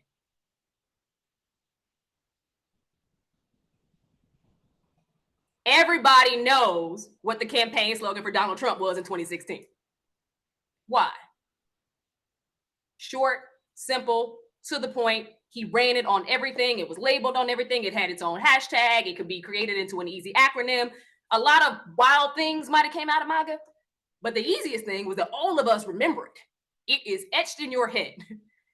There are very few people who will remember what Barack Obama's re-election slogan was. But everyone, even people who don't live in America, know what Donald Trump's slogan was in 2016. That tells us something, one, about the marketing strategy, but two, about having something that's easy to remember and easy to quote. We want to make sure that when we're reaching out to elected officials, when we're reaching out to advocates, that we're making it turnkey, we're making it easy, and that we do not change it. It remains the same. Whatever your message is in your recruitment strategy for a specific group, you want to make sure that when you're reaching out to that group of advocates, that message is that message. That's extremely important because consistency goes a long way. But in addition to that, it eliminates all confusion. And lastly, avoid jargon. When you're talking to reporters, especially reporters who don't work on an education beat, and I tell people this all of the time, and it's something that I do at EdTrust, we want to make sure that we are, and I'm going to answer your question in a minute, Kabila, we want to make sure that we are avoiding jargon, because unless you work in this space intrinsically, you don't know what the hell that means. And if you're taking up all of your interview time trying to describe to somebody all the multiple layers of the abbreviated terms you're using, you've lost them already. Make sure that when you're having this conversation that you are speaking to them in easily translatable terms, that you are not using abbreviations, that you are speaking to them as though they know nothing about your issue. Again, education reporters are a little bit different if you're talking to Ed Week or if you're talking to any of the education journals. But if you're talking to your local Fox station, Fox 5, ABC 7, your local, your Tennessean newspaper, your local paper, the Seattle Times, whatever your paper happens to be, you want to have those conversations in a way that makes sense to the individuals you're speaking to. Also, you want to drop tidbits that will make them want to come back to have this conversation with you again later. One of the greatest things about the reporting structure is that the person on the other side, i.e. the person being interviewed, will always have more power than the interviewer themselves. And I say that because you're able to draw down on, one, you're the expert. On top of that, you're informing me, and the way that you answer questions is going to determine the next question I ask you. So you have to make sure that when you are having these conversations with reporters, that you are dropping breadcrumbs to the next thing you want them to ask you. You're leading us down a path. Now, if you get all discombobulated in the conversation, then you're leading us down the wrong path and you might not get a call back. But for the most part, keeping your answers clear and concise, making sure that you're sticking to 3 bullet points in terms of structuring your conversation, and also offering up ways in which I will be intrigued enough to call you back, either on this topic or on something else that is related to this topic, is always something that you're going to want to do. Kabila, I think that you can ask your question because I kept going, so I'm a little bit confused as to what context it was in. Oh, yeah, because you're talking about keeping the message simple, not layering all this context onto it and, getting into the details. And so I was asking, how do we do that effectively, right? Betty talked about there are all these other things that are also going on beyond ESSER that are, requiring us to prioritize equity right now. And so how do we take all of that? How do we take the ESSER fiscal cliff, declining student enrollment, costs are going up? How do we make a simple message of that? Because it's an equity question. And I think that when we talk about it, we have to also talk about this as not just in the context of ESSER. We have to make this bigger than ESSER. These districts were suffering before ESSER funding came. And sadly, if there isn't anything that's moved, they're going to suffer long after ESSER funding is gone. We have to set a value statement as to why this should matter to your local district and to your local area. Now, granted, the message is going to be slightly different if you're talking to an elected official for a policy recommendation versus talking to advocates that you're trying to get involved here and to care about this issue.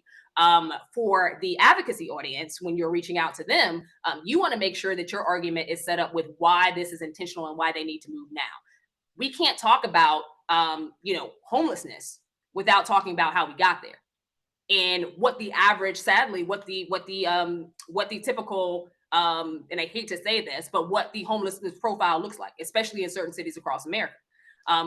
When you are someone who is not equipped to graduate high school, when you are someone who has not been given or been trained up to have the educational progress to goal that helps you to succeed in school or career beyond high school, we know what that looks like on the other side. You have to tell them, you have to shape the narrative for them. So in this process, you're also telling a story. This is what this community will look like if this does not happen.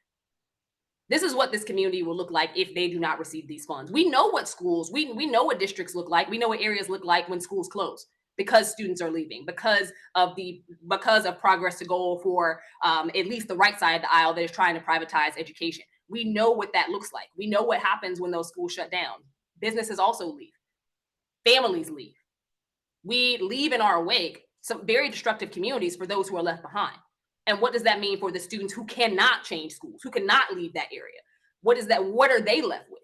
I think that for us, it's also bringing in the contextualization of some of the issues that do or are getting more attention, but also bringing it back to why this funding matters and what this funding can support, not only now, but in the long term. Because in this context, there are a lot of short-sighted people. Even in the design of ESSER funding itself, to its designation, it was kind of short-sighted in and of itself, especially because there was never enough to go around, specifically for districts that have been multi-generationally impoverished. I think that for this, you have to be sure that you are setting the tone, but also setting the fire. And Kabila, because we talked about this before, this is not the time to be asset-based in your framing. This is the time to alert people as to what is really at stake. This is the time to showcase to them what this will look like if we don't change things right now. We are in an America that is more diverse than it has ever been. By 2045, we will have more. We will not be a majority white nation anymore. That's just factual. Our school districts are more people of color than has historically been in our public school districts, period. With that, we also have a lot of students who are not only receiving IEPs, but students who are in need of social emotional learning and development supports, students who are designated homeless, students who are on free and reduced lunch programs. There are issues related to some of the communities that we serve that also require us to do more. And what that will actually look like if we are continually required to do so, but have less and less to do that work with. And that also goes back to why we have teacher shortages and various other issues related to the growth and supports of our systems. I think that for this conversation, we also have to bring in why this matters in a state context, because these young people will grow up. Sadly, kids don't stay kids forever. And when they grow up, what opportunities will they have? What will they be able to offer this state? What ways are they going to be able to contribute?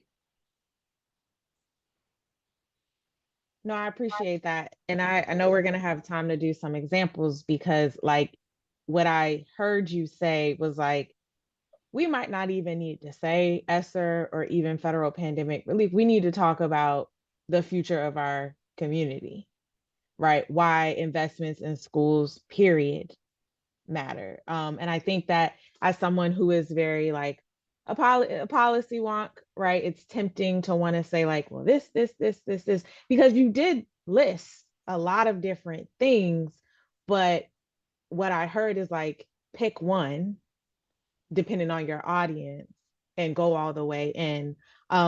I did want to raise what someone just shared in the chat, Christopher Thorne. He said, I just read this piece from the Racial Equity Institute. They are using the analogy of structural racism as pollution in the groundwater. This really resonates with me, but I struggle to get the 3 bullet point level. Well, don't worry, Christopher. Amisha will help you with that. But Amisha, I'm curious, like a tool like this, right? Making these analogies and comparisons, how do you think advocates or even folks inside the system can use something like that to craft a message? Oh, absolutely. And so I don't know, where's Christopher representing? Where are you from? Or do you know? What state, what area does he represent? The only reason I ask this is because right now, sadly, we're in an anti-DEI framework of a nation. And depending on what state you happen to be in, Minnesota is, depending on what state you happen to be in, Minnesota has a very kind attorney general. Depending on what state you happen to be in, that framework would not work in Georgia. That framework would not work in Texas. That framework would definitely not work in Mississippi. And again, all politics is local. So there are certain states where the term equity, the term diversity has been removed from all government languages. And by some states, I mean Georgia. There are a few others as well, but I'm thinking about them because they did it most recently, where if you attach this to any policy document coming from the state, your organization will not receive funding. That is will not receive state funding. That is a very real fear.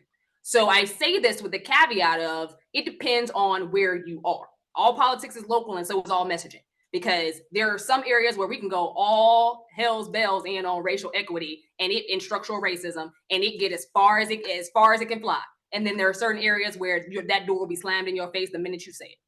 And we have to be very understanding of that, because those are the areas where, sadly, especially in the South, a lot of our young people reside. How do we break this down into 3 talking points? I didn't click on the groundwater approach, but typically when we're trying to break, I think just the general idea of like, how do we break down a really complex, layered issue, call to action to 3 bullet points?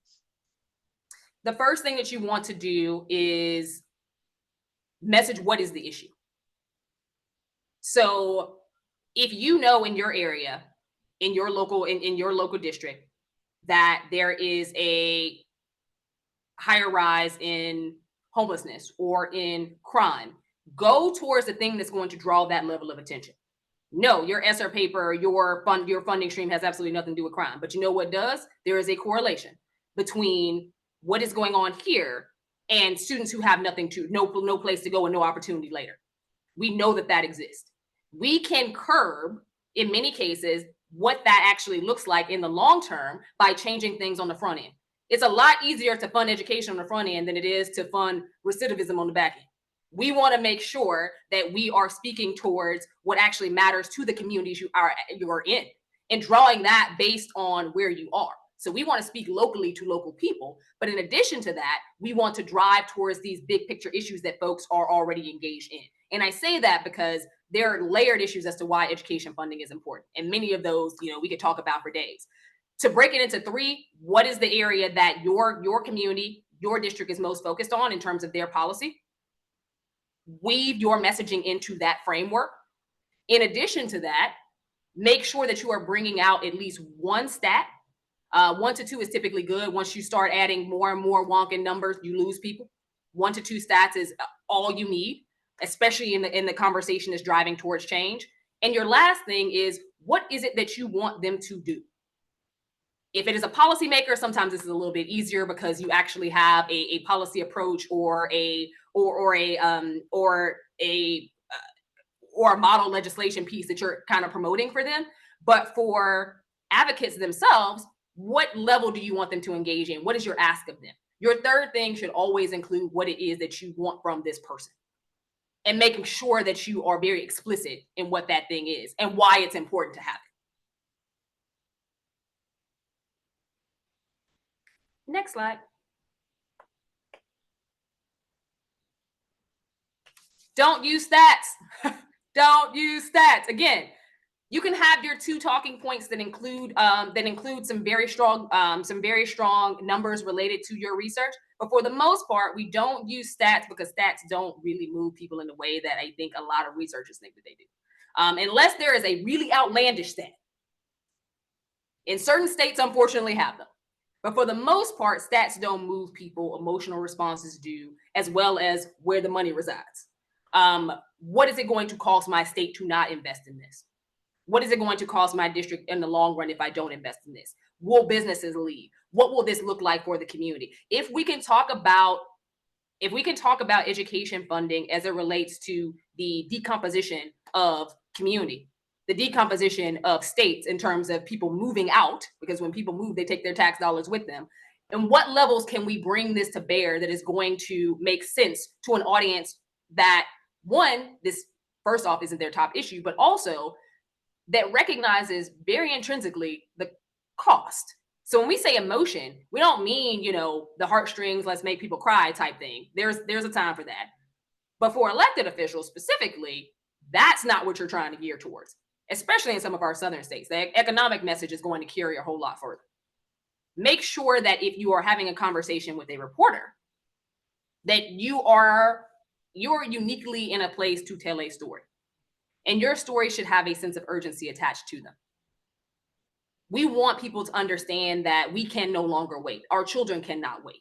The example that I often use is around the child tax credits. Child tax credits were a very strong part of the Biden administration's push to help families that were suffering during the pandemic closures. Obviously, it was included in the Build Back Better plan, and it got stripped because they didn't have enough votes. Republicans didn't support it.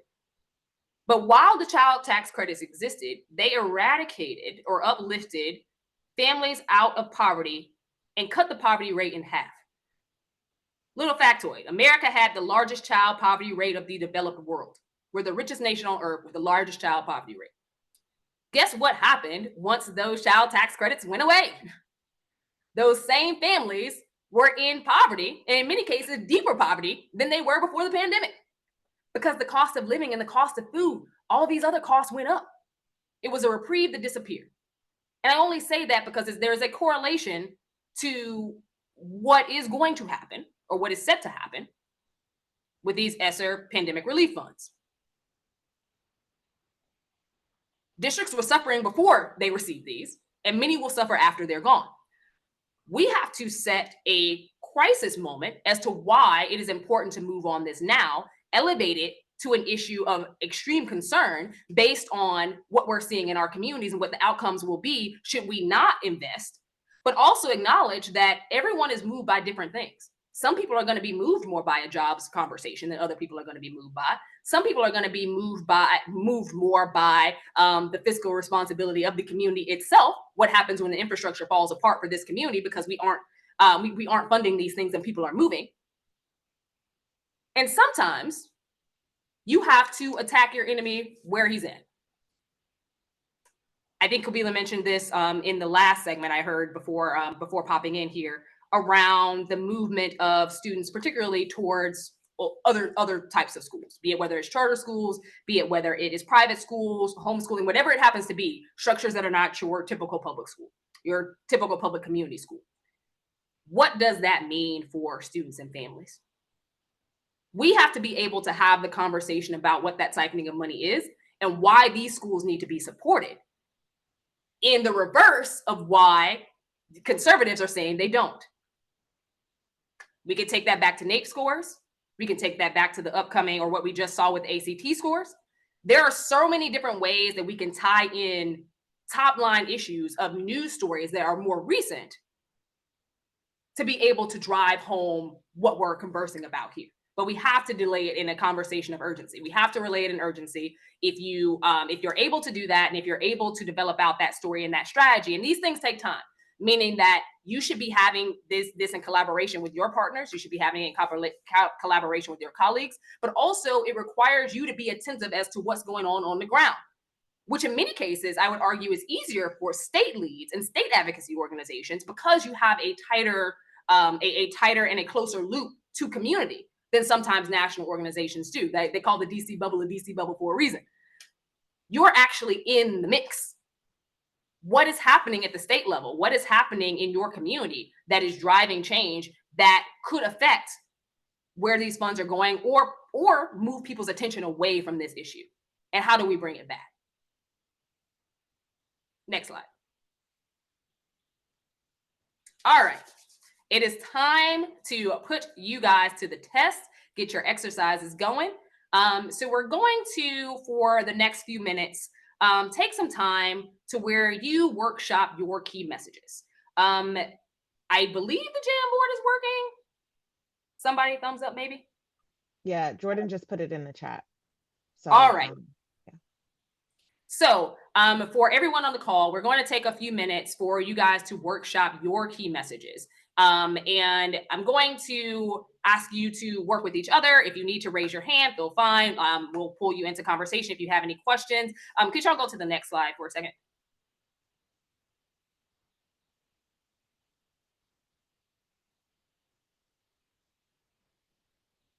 So we're going to work through basically understanding what your pitch is going to be. So this is an example for you all. So we're going to do the Jamboard for you to basically, I'm going to be the person who you pitch to, pretend like I am a reporter, or I will be a reporter for this next part of our segment. But I want you to think about how you would structure your pitch, i.e. you're trying to get media attention for pandemic relief funding, for district level funding, for supports for these schools, making sure that you are elevating that to, I'm going to say you are writing to your local paper. Local paper, it can either be local newspaper or it can be local news. So your local Fox 5, ABC 7, or your Tennessean.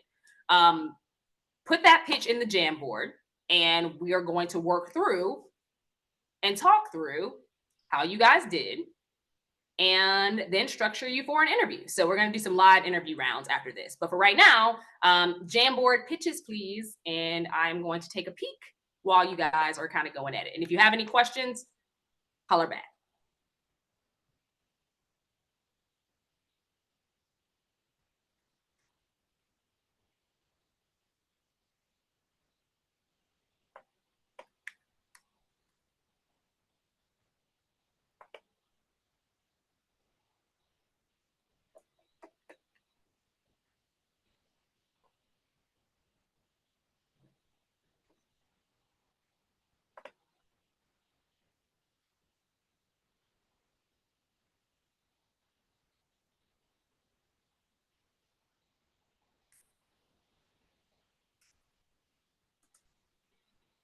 You guys can go back a slide, my fault.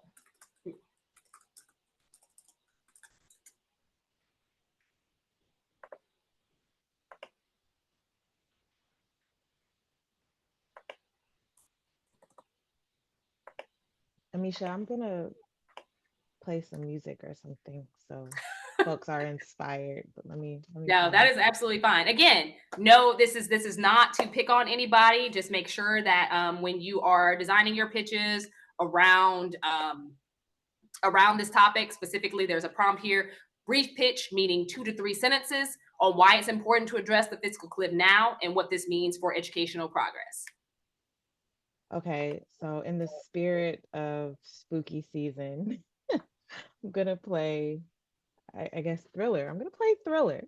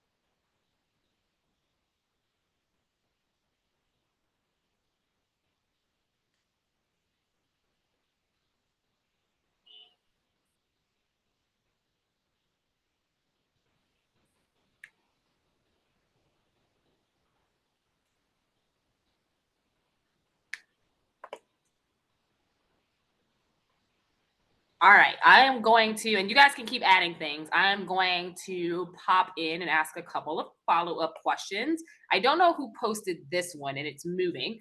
The COVID relief dollars have helped our young people through a challenging time, but so much money is still unspent by our school district, and it will go away if we don't use it.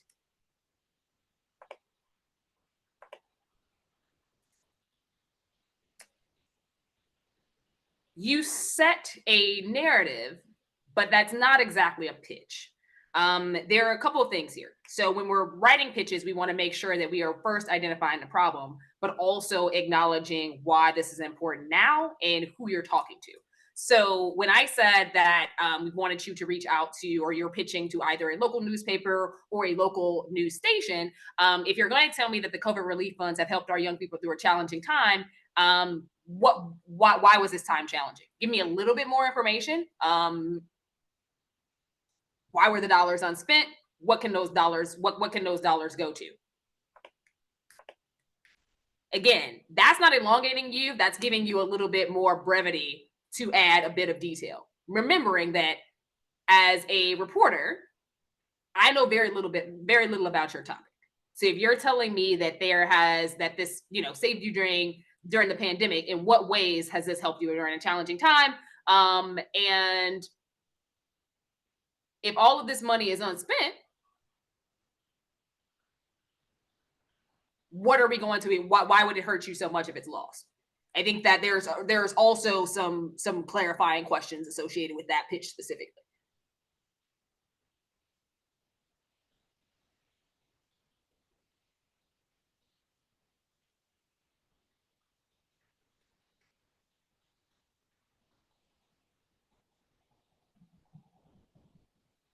The effects of the pandemic will last a lifetime if we don't give students what they need. Fund our schools now. That is a campaign. That is not exactly a media pitch. I like the campaign promise, though.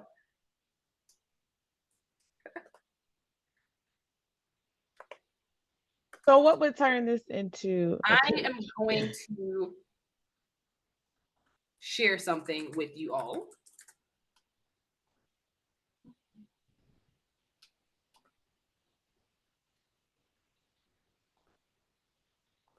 Because a media pitch does a couple things. The first thing that it's going to do is inform you of the problem. The second thing that it's going to do is acknowledge a way to change said problem. The third thing that it's going to do is showcase that the problem can be changed. And then you have to ask the reporter or talk to the reporter about reaching back out to you if this story interests you. Remember, you're reaching out to get your story picked up.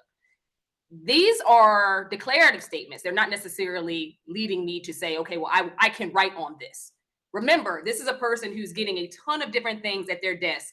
A reporter's inbox, thousands of emails long, with people who are trying to get their attention on stories they want to have pushed, be it whether it is on TV, radio, or in the newspaper. Why does your story matter? Why is this important right now?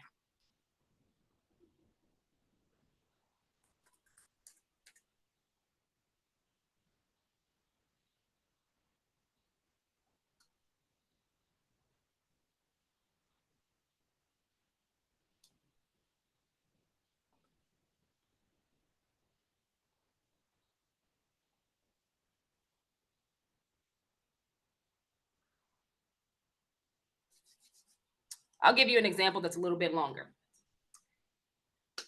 And it's actually a real world example because it was used for the recent paper that Quabila actually wrote. It's been widely reported that students are suffering in the post-pandemic world. The nation's report card, NAEP scores, revealed dramatic drops in reading and math for middle school students. The gaps keep getting wider and Black and brown students suffer the most. The Biden administration fought for pandemic funding to support students in the hardest hit school districts, but that money is quickly running out and conservative leaders in Congress are poised to cut those funds in budget negotiations, sending public schools further into decline. Our nation's kids need us now, and the future of our economy depends on not losing this generation. That pitch got picked up by four national news stations, including Fox, CNN, MSN, and the Washington Post.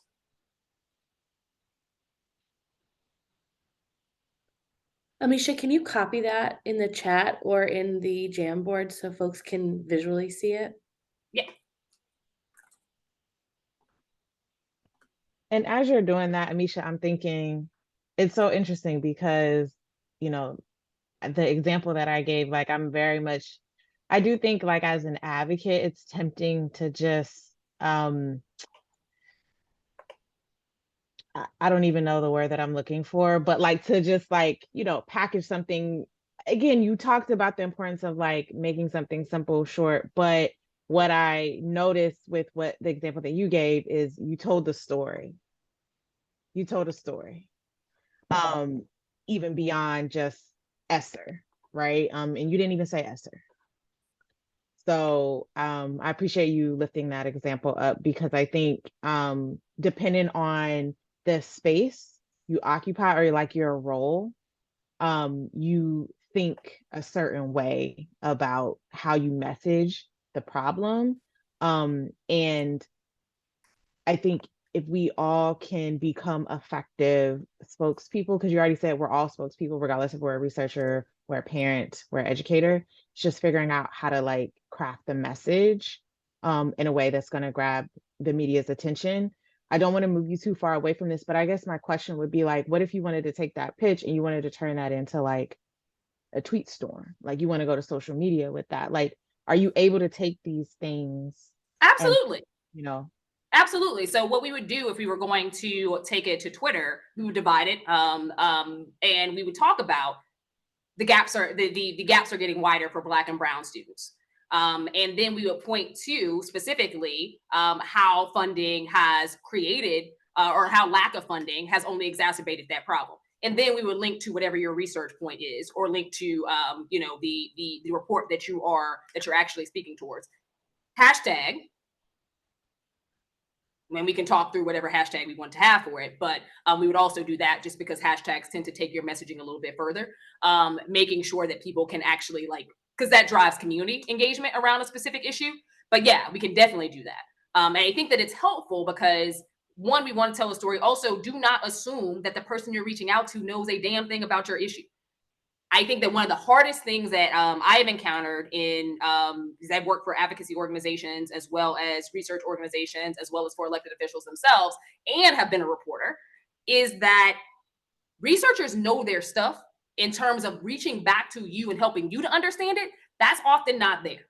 So you have to be able to simplify, but you also have to be able to paint a picture for me as the reporter who is not embedded in your research, who probably didn't read the report, who more than likely won't read the report, but is going to, based on the pitch that you give me, decide whether or not I can add this to my queue to give you a call back and have an interview on it. Because I've got to tie it into my agenda as a reporter.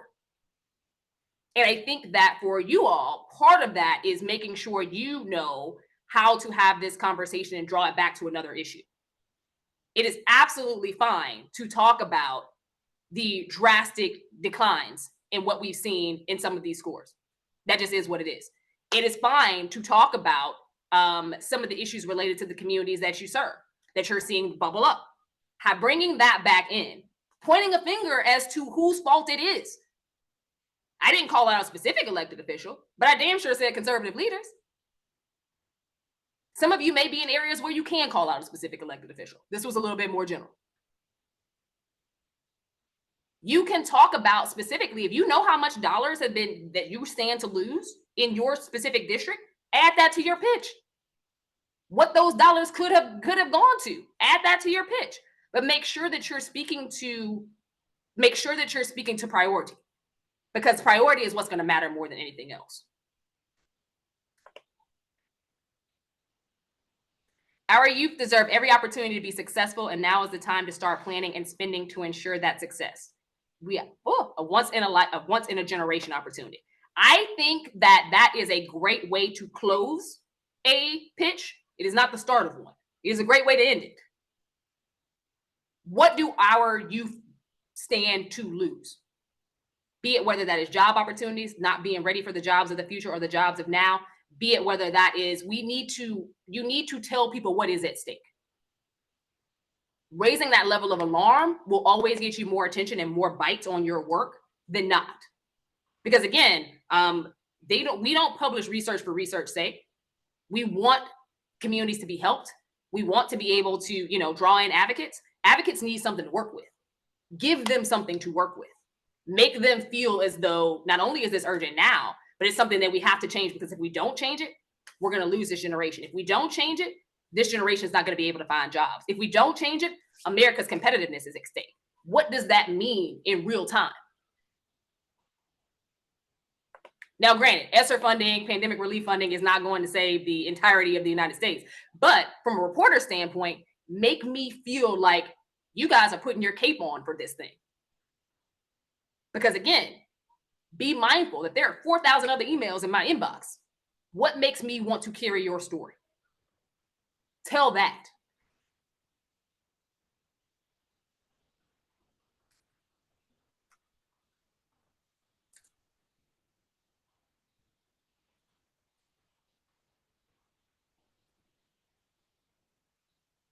I need a volunteer because we're going to go into the interview section. I don't know what slide we're on at this point, but we're just going to skip to the interviews.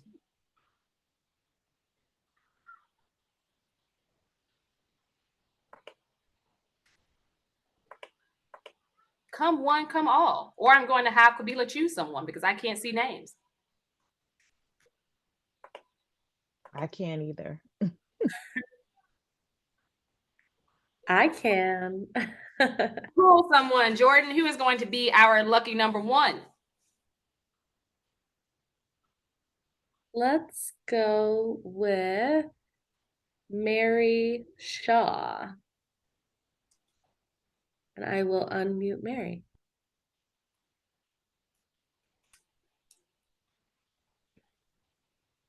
Hello, hello.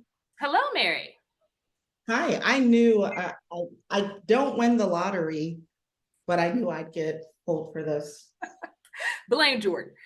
So I am going to be a reporter with NBC5, and we are so happy to have you, Mary. And I understand that you are here to talk to us about a crisis in our public schools. We know that more and more young people are leaving districts. They're choosing to go to either private schools or using vouchers to go to other schools or being homeschooled at this point. So you're arguing that the pandemic relief funds are a necessity for uplift of school districts. But if kids are already leaving, how is this helpful? Wouldn't that money be best spent in other places?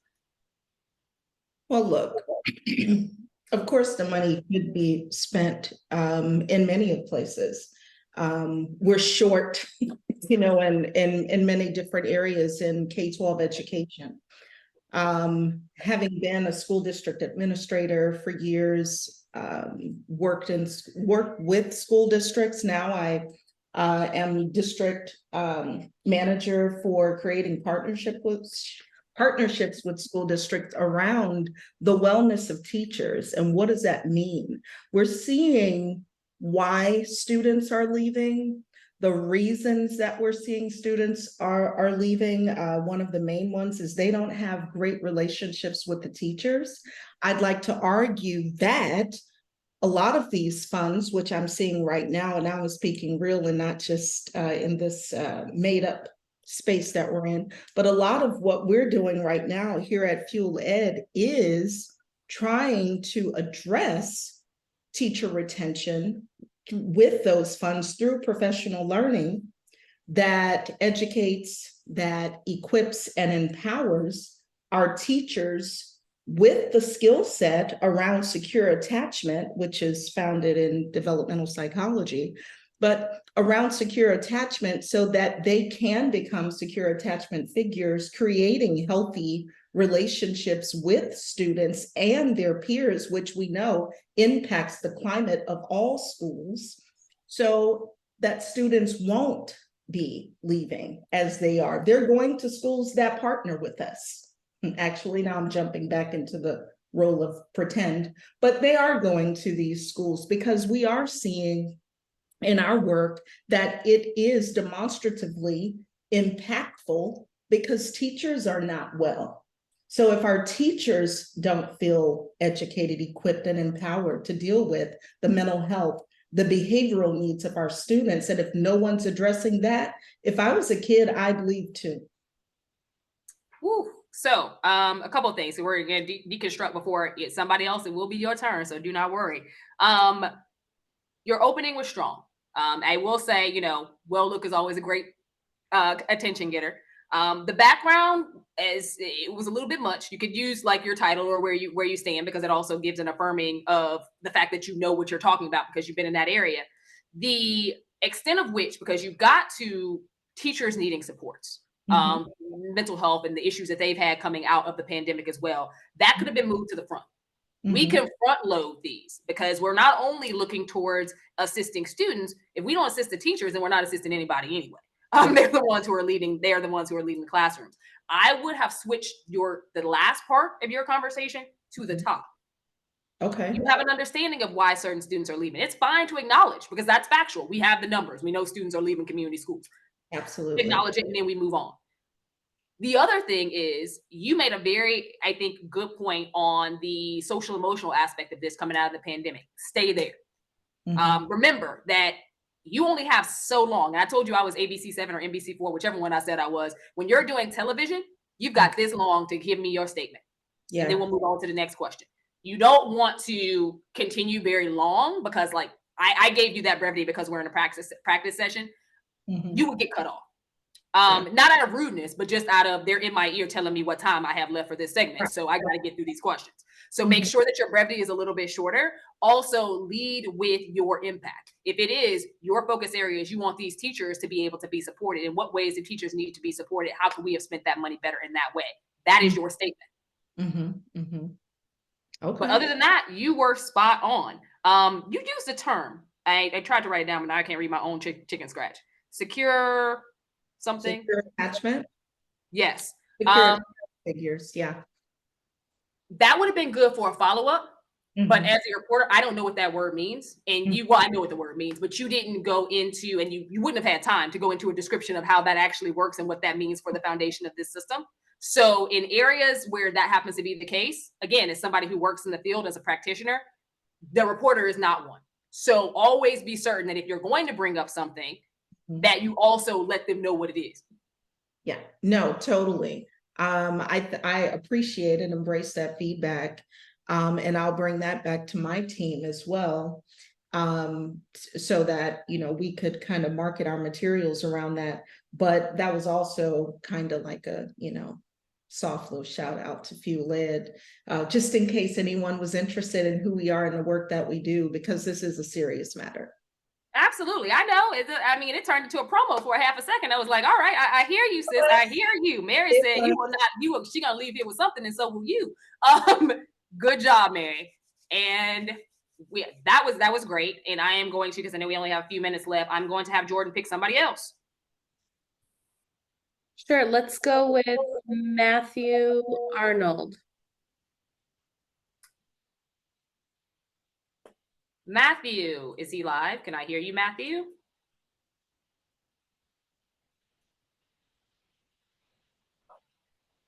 In the interest of time, we can switch to someone else if Matthew is not. I'm gonna call on Judith Cruz.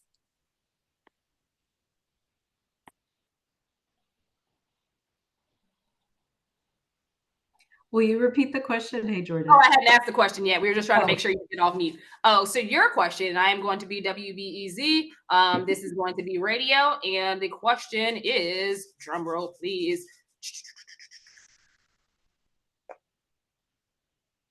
Judith, I hear what has been said. We've seen all of the messages around why it's important to fund school districts at a stronger level, why it's important to provide after school programs, why it's important to ensure wraparound services are available. There is only so much money to do so many things. Pandemic relief funds in many districts weren't effectively spent after those funds were issued. In what ways can we more effectively work with this money, but also what will students and what will communities do after the money is gone, because it was only allotted for a certain amount of time? Yeah, and it was, a great blessing when we had it, but I think you bring up a really good point in terms of, it was maybe not used as effectively as I think the intent was behind what was hoped. So I think it's important for school districts to be reflective to have systems in place as they are deciding what to prioritize as they move forward. It's hard choices. There's finite dollars, and school districts are going to feel that. So what is going to be the most effective? Like, what's going to have the biggest impact on our students? And we know, like you mentioned, those support services are critical. So school districts can be creative in how they address those needs, and really take a look at where they are currently spending their dollars and find more creative ways to make sure that they can fund the biggest buckets of priorities for our students. And what are some of those priorities? First and foremost, the learning, right? We're still addressing learning loss, learning acceleration. We see the data, so that's really, really the most important thing. But we know we can't ignore the mental health needs, the needs of our students. That's also a priority that needs to be addressed, and that school districts play a role and have responsibility in. Good job, Judith. Judith came prepared. So I like a few things here. First and foremost, you laid out exactly the issue, but also acknowledging that, yes, some districts did not do their due diligence in how they spent this money. It is what it is. Also, what things should be the priority. And you obviously prioritize learning as the top one, which I think is a highly effective and very smart thing to do, especially in this context. The only thing that I would have added for you is you talk about priorities, but you also talk about the importance of spending this money in a real way and being creative. If you're going to say creative to a reporter, you also have to let me know what level of creativity is actually possible. Or give an example of what that creative could actually look like. That's helpful. Thank you. And I think, and Jordan, you can let me know, I think this was only supposed to last till 4:30. So I don't know if. Yes. Oh, go ahead, Jordan. Sorry. Oh, sorry. I say yes, but I think if folks are interested, we can probably take this a little further. Yeah. I was just wondering because I was trying to keep a clock watch. So if I don't know who else we have, but I would pick on somebody else. And again, I keep calling on Jordan because I can't see names. So great. Let's go to Dana, I'm sorry if I'm saying that wrong. Lennon Thomas.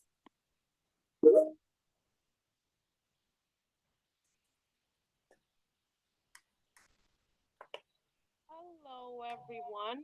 I am a part-time community organizer with New York Public Advocate Jumaane Williams' office, and I'm actually focused on the opportunity side of the portfolio. So I joined this because I feel like I'm somewhat involved. Amisha, what I loved about this presentation is that you kept honing in on being simple, be direct, don't use jargon.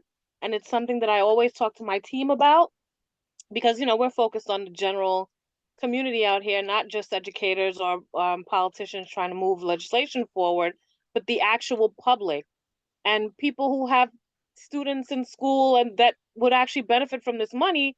They don't know what ESSER stands for. They probably don't care. They want to be able to tell their story and say, hey, I pay my taxes and I want my kid to get what they need. So I just love the direction we're going, but I don't know that I'm a great person to. I'm going to ask you this. No. You're the perfect person. We always want advocates to go. So I'm going to ask you a question. It's not going to be a research question. Dana. Go ahead. I'm sorry. Anti-CRT. Is it Dana or Dana? I want to make sure I get your name right. Dana. Okay. Dana, anti-CRT book bans, a wave of curriculum changes is going on across the country. I'm sorry. I said anti-CRT book bans, a wave of curriculum changes are going on across the country, targeting Black and Brown communities specifically. When we're seeing more and more books be removed from our students' accessibility, from their desk, from their libraries, in what ways can pandemic relief funding, in what ways can we support school districts who are going through these issues? And how does this affect students' learning? Wow. You say this is taking it easy on me? Okay. We send our kids to school to get an education on how to do their best in the world that we have and the world that they're going to be responsible to live in. And part of that is being fully aware of diversity, and how we talk, there's a lot of statistics that say what the world is going to look like in the next, by the time these kids that we're teaching are going to be adults. Don't we all want to prepare them to be the best they can be and to contribute the most they can? When you limit the access to real life stories of who could be their neighbors or their managers or who their employees might be, we're limiting their access to success. To fully function in this world, you really need to be aware of everything around you and in your surroundings, and to my heart is beating really fast. You sent us off. You sent us off. I love the part where you said, "Don't we all?" When you ask a reporter a question, or when you set the stage in a question, you've already won the argument.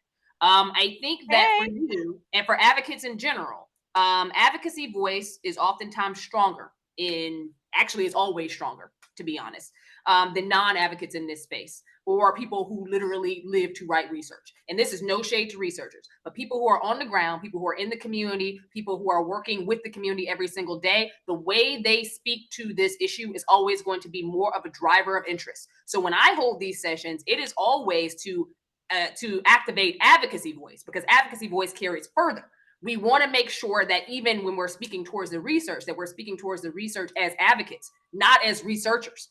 We always want to be speaking in advocacy voice because it carries, people understand it outside. It is a simplified message. It is one that gets boots to the ground. It is one that makes people want to do something now. It is very hard to walk away from somebody who is talking about what the future is going to look like. And if we don't serve these kids the way that we should right now, America is going to look very different. And America is going to look very different whether we want it to or not. It's a lot more diverse. It's only going to get more diverse. It is what it is. You removing these books from the shelves is not saving kids from knowing about American history. They're gonna find it in other sources. However, we need to be very vigilant on what we are providing to them, because we want them to be global citizens. We want them to be able to be in a competitive workforce. We want them to be ready for the jobs of the future and the jobs of now. And I think that for somebody who is on the ground and can convey that message in the way that you did, which sounded like you cared, that's another thing. We always want to sound like we are invested in the people we are talking about, and they're not just statistics or another number to us. They are not a research and data point. These are individuals. These are families. These are communities. When you're able to hone in that type of message, you have already won. Wow. Oh, I get an A+ for that one. Thank you. I want to point out one thing that you said I thought was really poignant. You've already won when we're framing the question back to the reporter, because you're saying, listen, the buy-in is universal. There's no one here that would argue with me to say, no, let's not prepare them to be the best they can. So I like that point. I'm going to bring that home to the team. And you saying that, it wasn't something that, even if I am a conservative journalist or I work for a conservative network, it's hard to press back again. We all want this. It's like, I don't know how you would in that context. If I'm conservative, I've been in conservative spaces. I do Fox News on Sundays. It's easy for them to break up or try to break up an equity-based message. What you did was turn that on its head and make it very difficult for them to find a way to say that American students, that our children don't deserve an opportunity to be successful. Okay, thank you. Next up, Jordan. Sure. Let's do Beth Bacon. You are able to talk.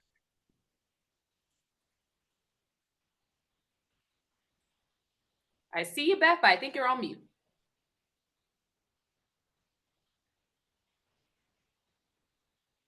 Okay, we can jump to Tamara.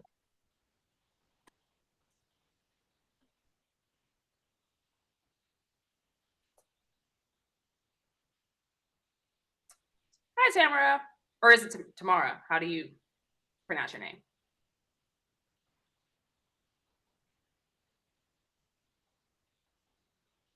It says you're off mute, but I am not hearing anything. She said her mic is not working. So sorry. Okay, one more try. Sophia.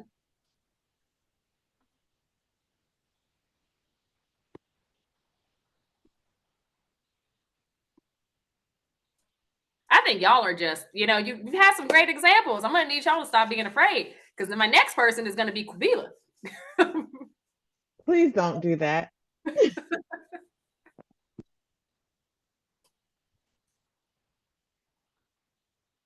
Okay, we're gonna try one more person. Randy.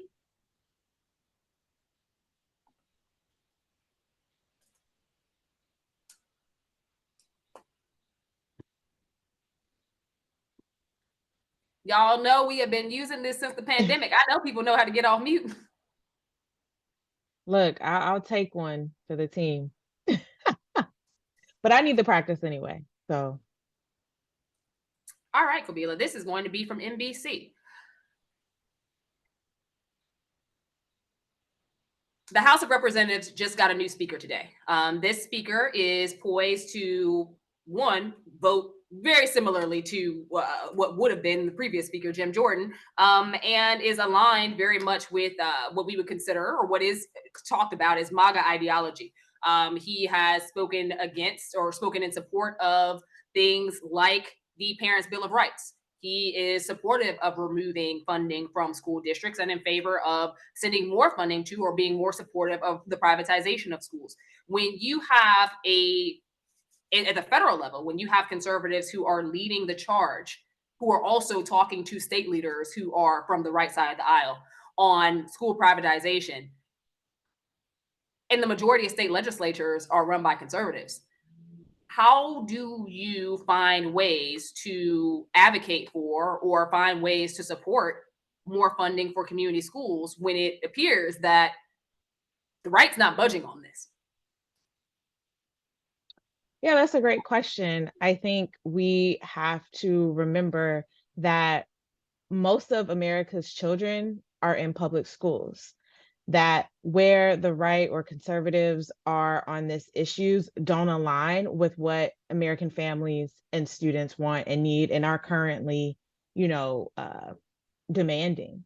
And so I think it really is about emphasizing that we have immediate needs right now that have long been unmet, will continue to go unmet. And all they're doing is hurting the people that, support them, the people that vote for them.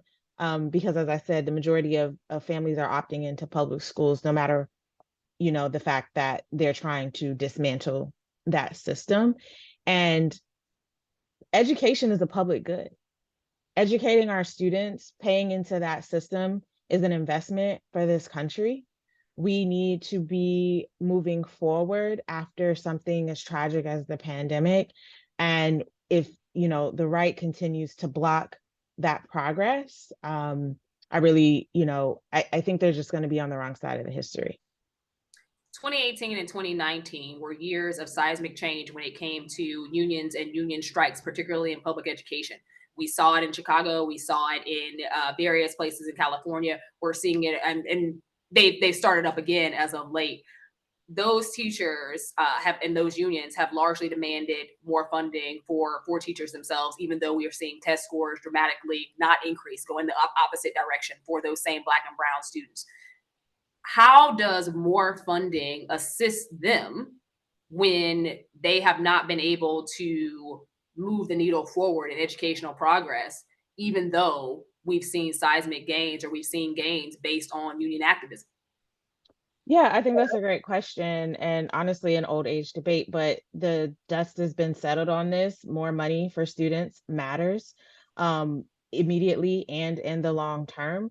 And so if we think about all the things that we've asked teachers to do during the pandemic, we asked them to be healthcare providers. We asked them to immediately learn how to deliver complex curriculum over the internet when a lot of students didn't even have internet. Teachers have really adapted, and we need to continue to support teachers so that they can help our students come out on the other side of all of these seismic shifts. And what things need to be funded now? Obviously, there's a laundry list of things that school districts need to do to prepare students for the future. But we're also seeing fewer and fewer students choose college as their next step in general. What are some of the things that you think that school districts could do now or would be able to do with these funds that would help to set students back on track? Yeah, I think we have data from the CDC that shows our kids are suffering. And that is first and foremost where I believe schools and districts can make a difference, is investing in the social, emotional, and academic needs of our students. We know that when students feel safe, right? Many students don't feel safe. We need them to feel safer. So we need districts to be able to invest in things like mental health supports and other programs that build up school climate. We also need to make sure that students have access to rigorous curriculum. Right now, it's a shame what the divide is between students of color and students and white students.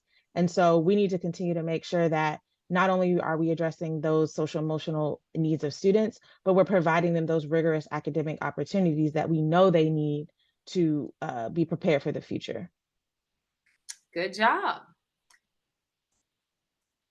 I don't know if anybody else's mic is not working, but my next person was going to be Nicholas. Hi.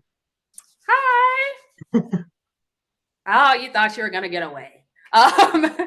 Nicholas, so we have seen these seismic changes that have happened across schools and communities. There isn't a stone that was left unturned in the wake of the COVID-19 pandemic. School districts were asked to do more with less before the pandemic hit. At this point, they are at a very crucial juncture. Why aren't more people acting around this, and what can be done to move communities to see why this is an important thing to activate around? That's a great question. I think we know that the pandemic has affected not just schools, but it's affected communities in many other ways, including affecting homelessness, affecting access to safe housing, food, etc. So there are lots of different issues that are facing our community all at once. And that can make it difficult for us to sometimes focus on the needs of students. But we know right now that there's a very sort of urgent deadline coming up in terms of school funding. And I think that's really the way that we can focus attention on this issue, is by really highlighting the needs of schools, sort of how we've been able to sort of move the needle with the infusion of resources that the federal government has provided for us, and sort of showing what those impacts are, including sort of the impacts on moving test scores up and using sort of additional time for students, providing tutoring for students, providing mental health supports for students. And we know that if those things go away when the money is gone, that the impacts are going to be even 10 times what they are now. So making sure that we are sort of focusing on sort of that really intense, close deadline as a way to sort of push the urgency on this issue. Great job, Nicholas. That was really good. I think that it's very important to outline just how soon this date is going to be upon us, but also to acknowledge that, we've got to get people rallied around this, and we've got to get them rallied around it, whether they're in education or not. It doesn't matter whether you're somebody who's a part of an education advocacy group or a teacher. We need people, we need bodies in the streets. We need people to be talking about this. We need them to be carrying this message because of, one, the time and the urgency is now, but two, we want to make sure that everyone knows they can advocate on this. There isn't a person on this issue who cannot talk about the importance of having safe schools, the importance of having inclusive learning environments, the importance of having enough teachers in the classroom, people who can help to, support our students in after school and supplementary education, because we know that there's been so much time that has been lost while students were effectively shut out of schools. And I think that moment in history really pinpointed the importance of teachers and the importance of classroom instruction more than anything else. It's easy for people to believe that they can teach and that teaching is an easier job until that job lands on their desk and they have to do it themselves. So I think that at this point, it's also, offering up that level of support. So great job, Nicholas. And I know that we are wrapping, so I want to transition to one more slide, and it's top tips for media. And then we will close this one out.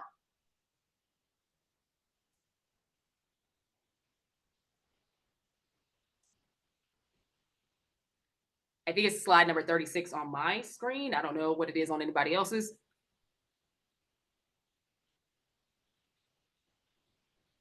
Top tips for media. First and foremost, establish relationships with reporters. That means when you have a conversation that is coming up, when you have a release, a policy brief, when you have a report, when you have a one-pager, make sure that you are reaching out to reporters, talking to them about it. Hey, have you seen this? You might want to check this out.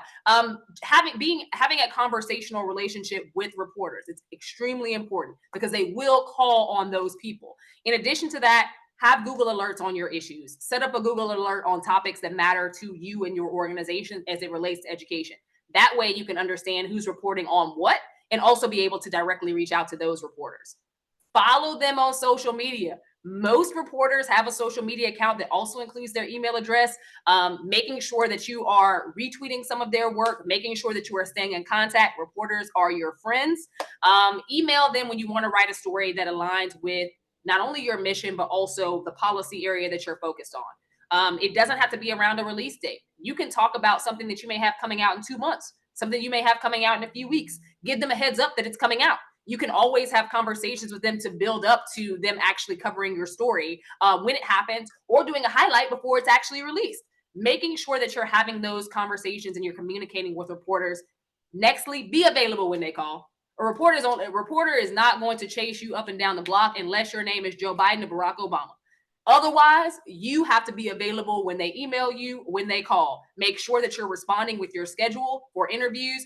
I have had instances, sadly, where I was linking somebody for an interview. They don't respond until 3 or 4 days later. At that point, the window of opportunity for your interview has closed. Make sure news runs fast. It's a 24/7 cycle, but it runs fast. That you are being very communicative with the reporter around your time availability, but also that you are responding to them. If they send out an email with a time for this Friday, don't respond on Tuesday. Make sure that you are being respectful of their time. They will be respectful of yours.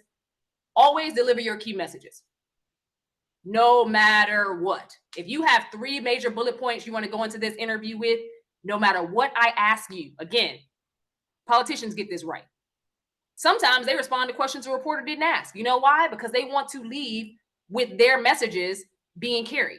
Make sure that you have your messages here and that you can carry that with you to your interviews. Prepare, and over prepare. At EdTrust, we do sessions before every interview with anybody who's interviewing, from our CEO down to our research analysts, our policy analysts, everybody in between. Making sure that you not only know what you're going to talk about, but also the reporter's bent, that if you're going to tell a personal story, we make sure that it's packaged well to where you're not, whether it's TV or whether it's radio or whether it's print, these are all different outlets. Some allow you a little bit more time to talk, others do not. TV is a very small window, so you got to get in and get out. Make sure that you're able to give your points, but do it in a very succinct manner. You have a little bit more longevity if you're on a call and you're giving it for a newspaper than you ever will on television. Off the record, people love to use that term. OTR is not a thing. If it came out of your mouth, it's not off the record. I have every right to print it. I have every right to run that story. If it is off the record, don't let it be uttered. Again, there is no such thing as off the record. It is something that is typically only used if you are someone who is a whistleblower. There are no whistleblowers in this conversation. That's not what we're doing here. For everybody else, whatever you say in that conversation with that reporter, we will take it as gospel. It is subject to being printed. No comment, looks like you have something to hide. Don't respond to a question with no comment. That is almost like pleading the fifth. It looks shaky.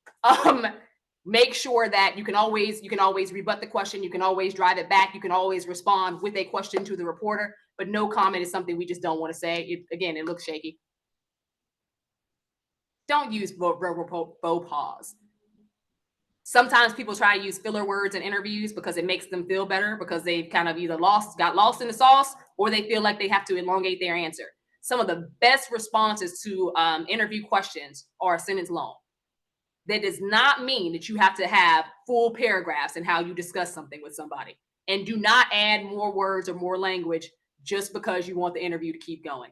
In most cases, especially for print, and no matter how long I talk to you, 10 minutes, 15 minutes, 20 minutes, I may pull 2 sentences out of everything you just said. It's going to be the most poignant 2 sentences, but I'm only pulling 2 sentences. And with that, I think I'm done, Jordan.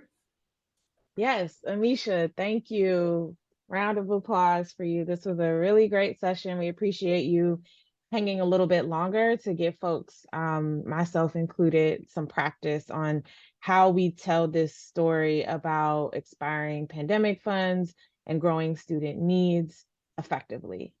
So thank you, Amisha. So up next, we're going to end our day with a little bit of networking.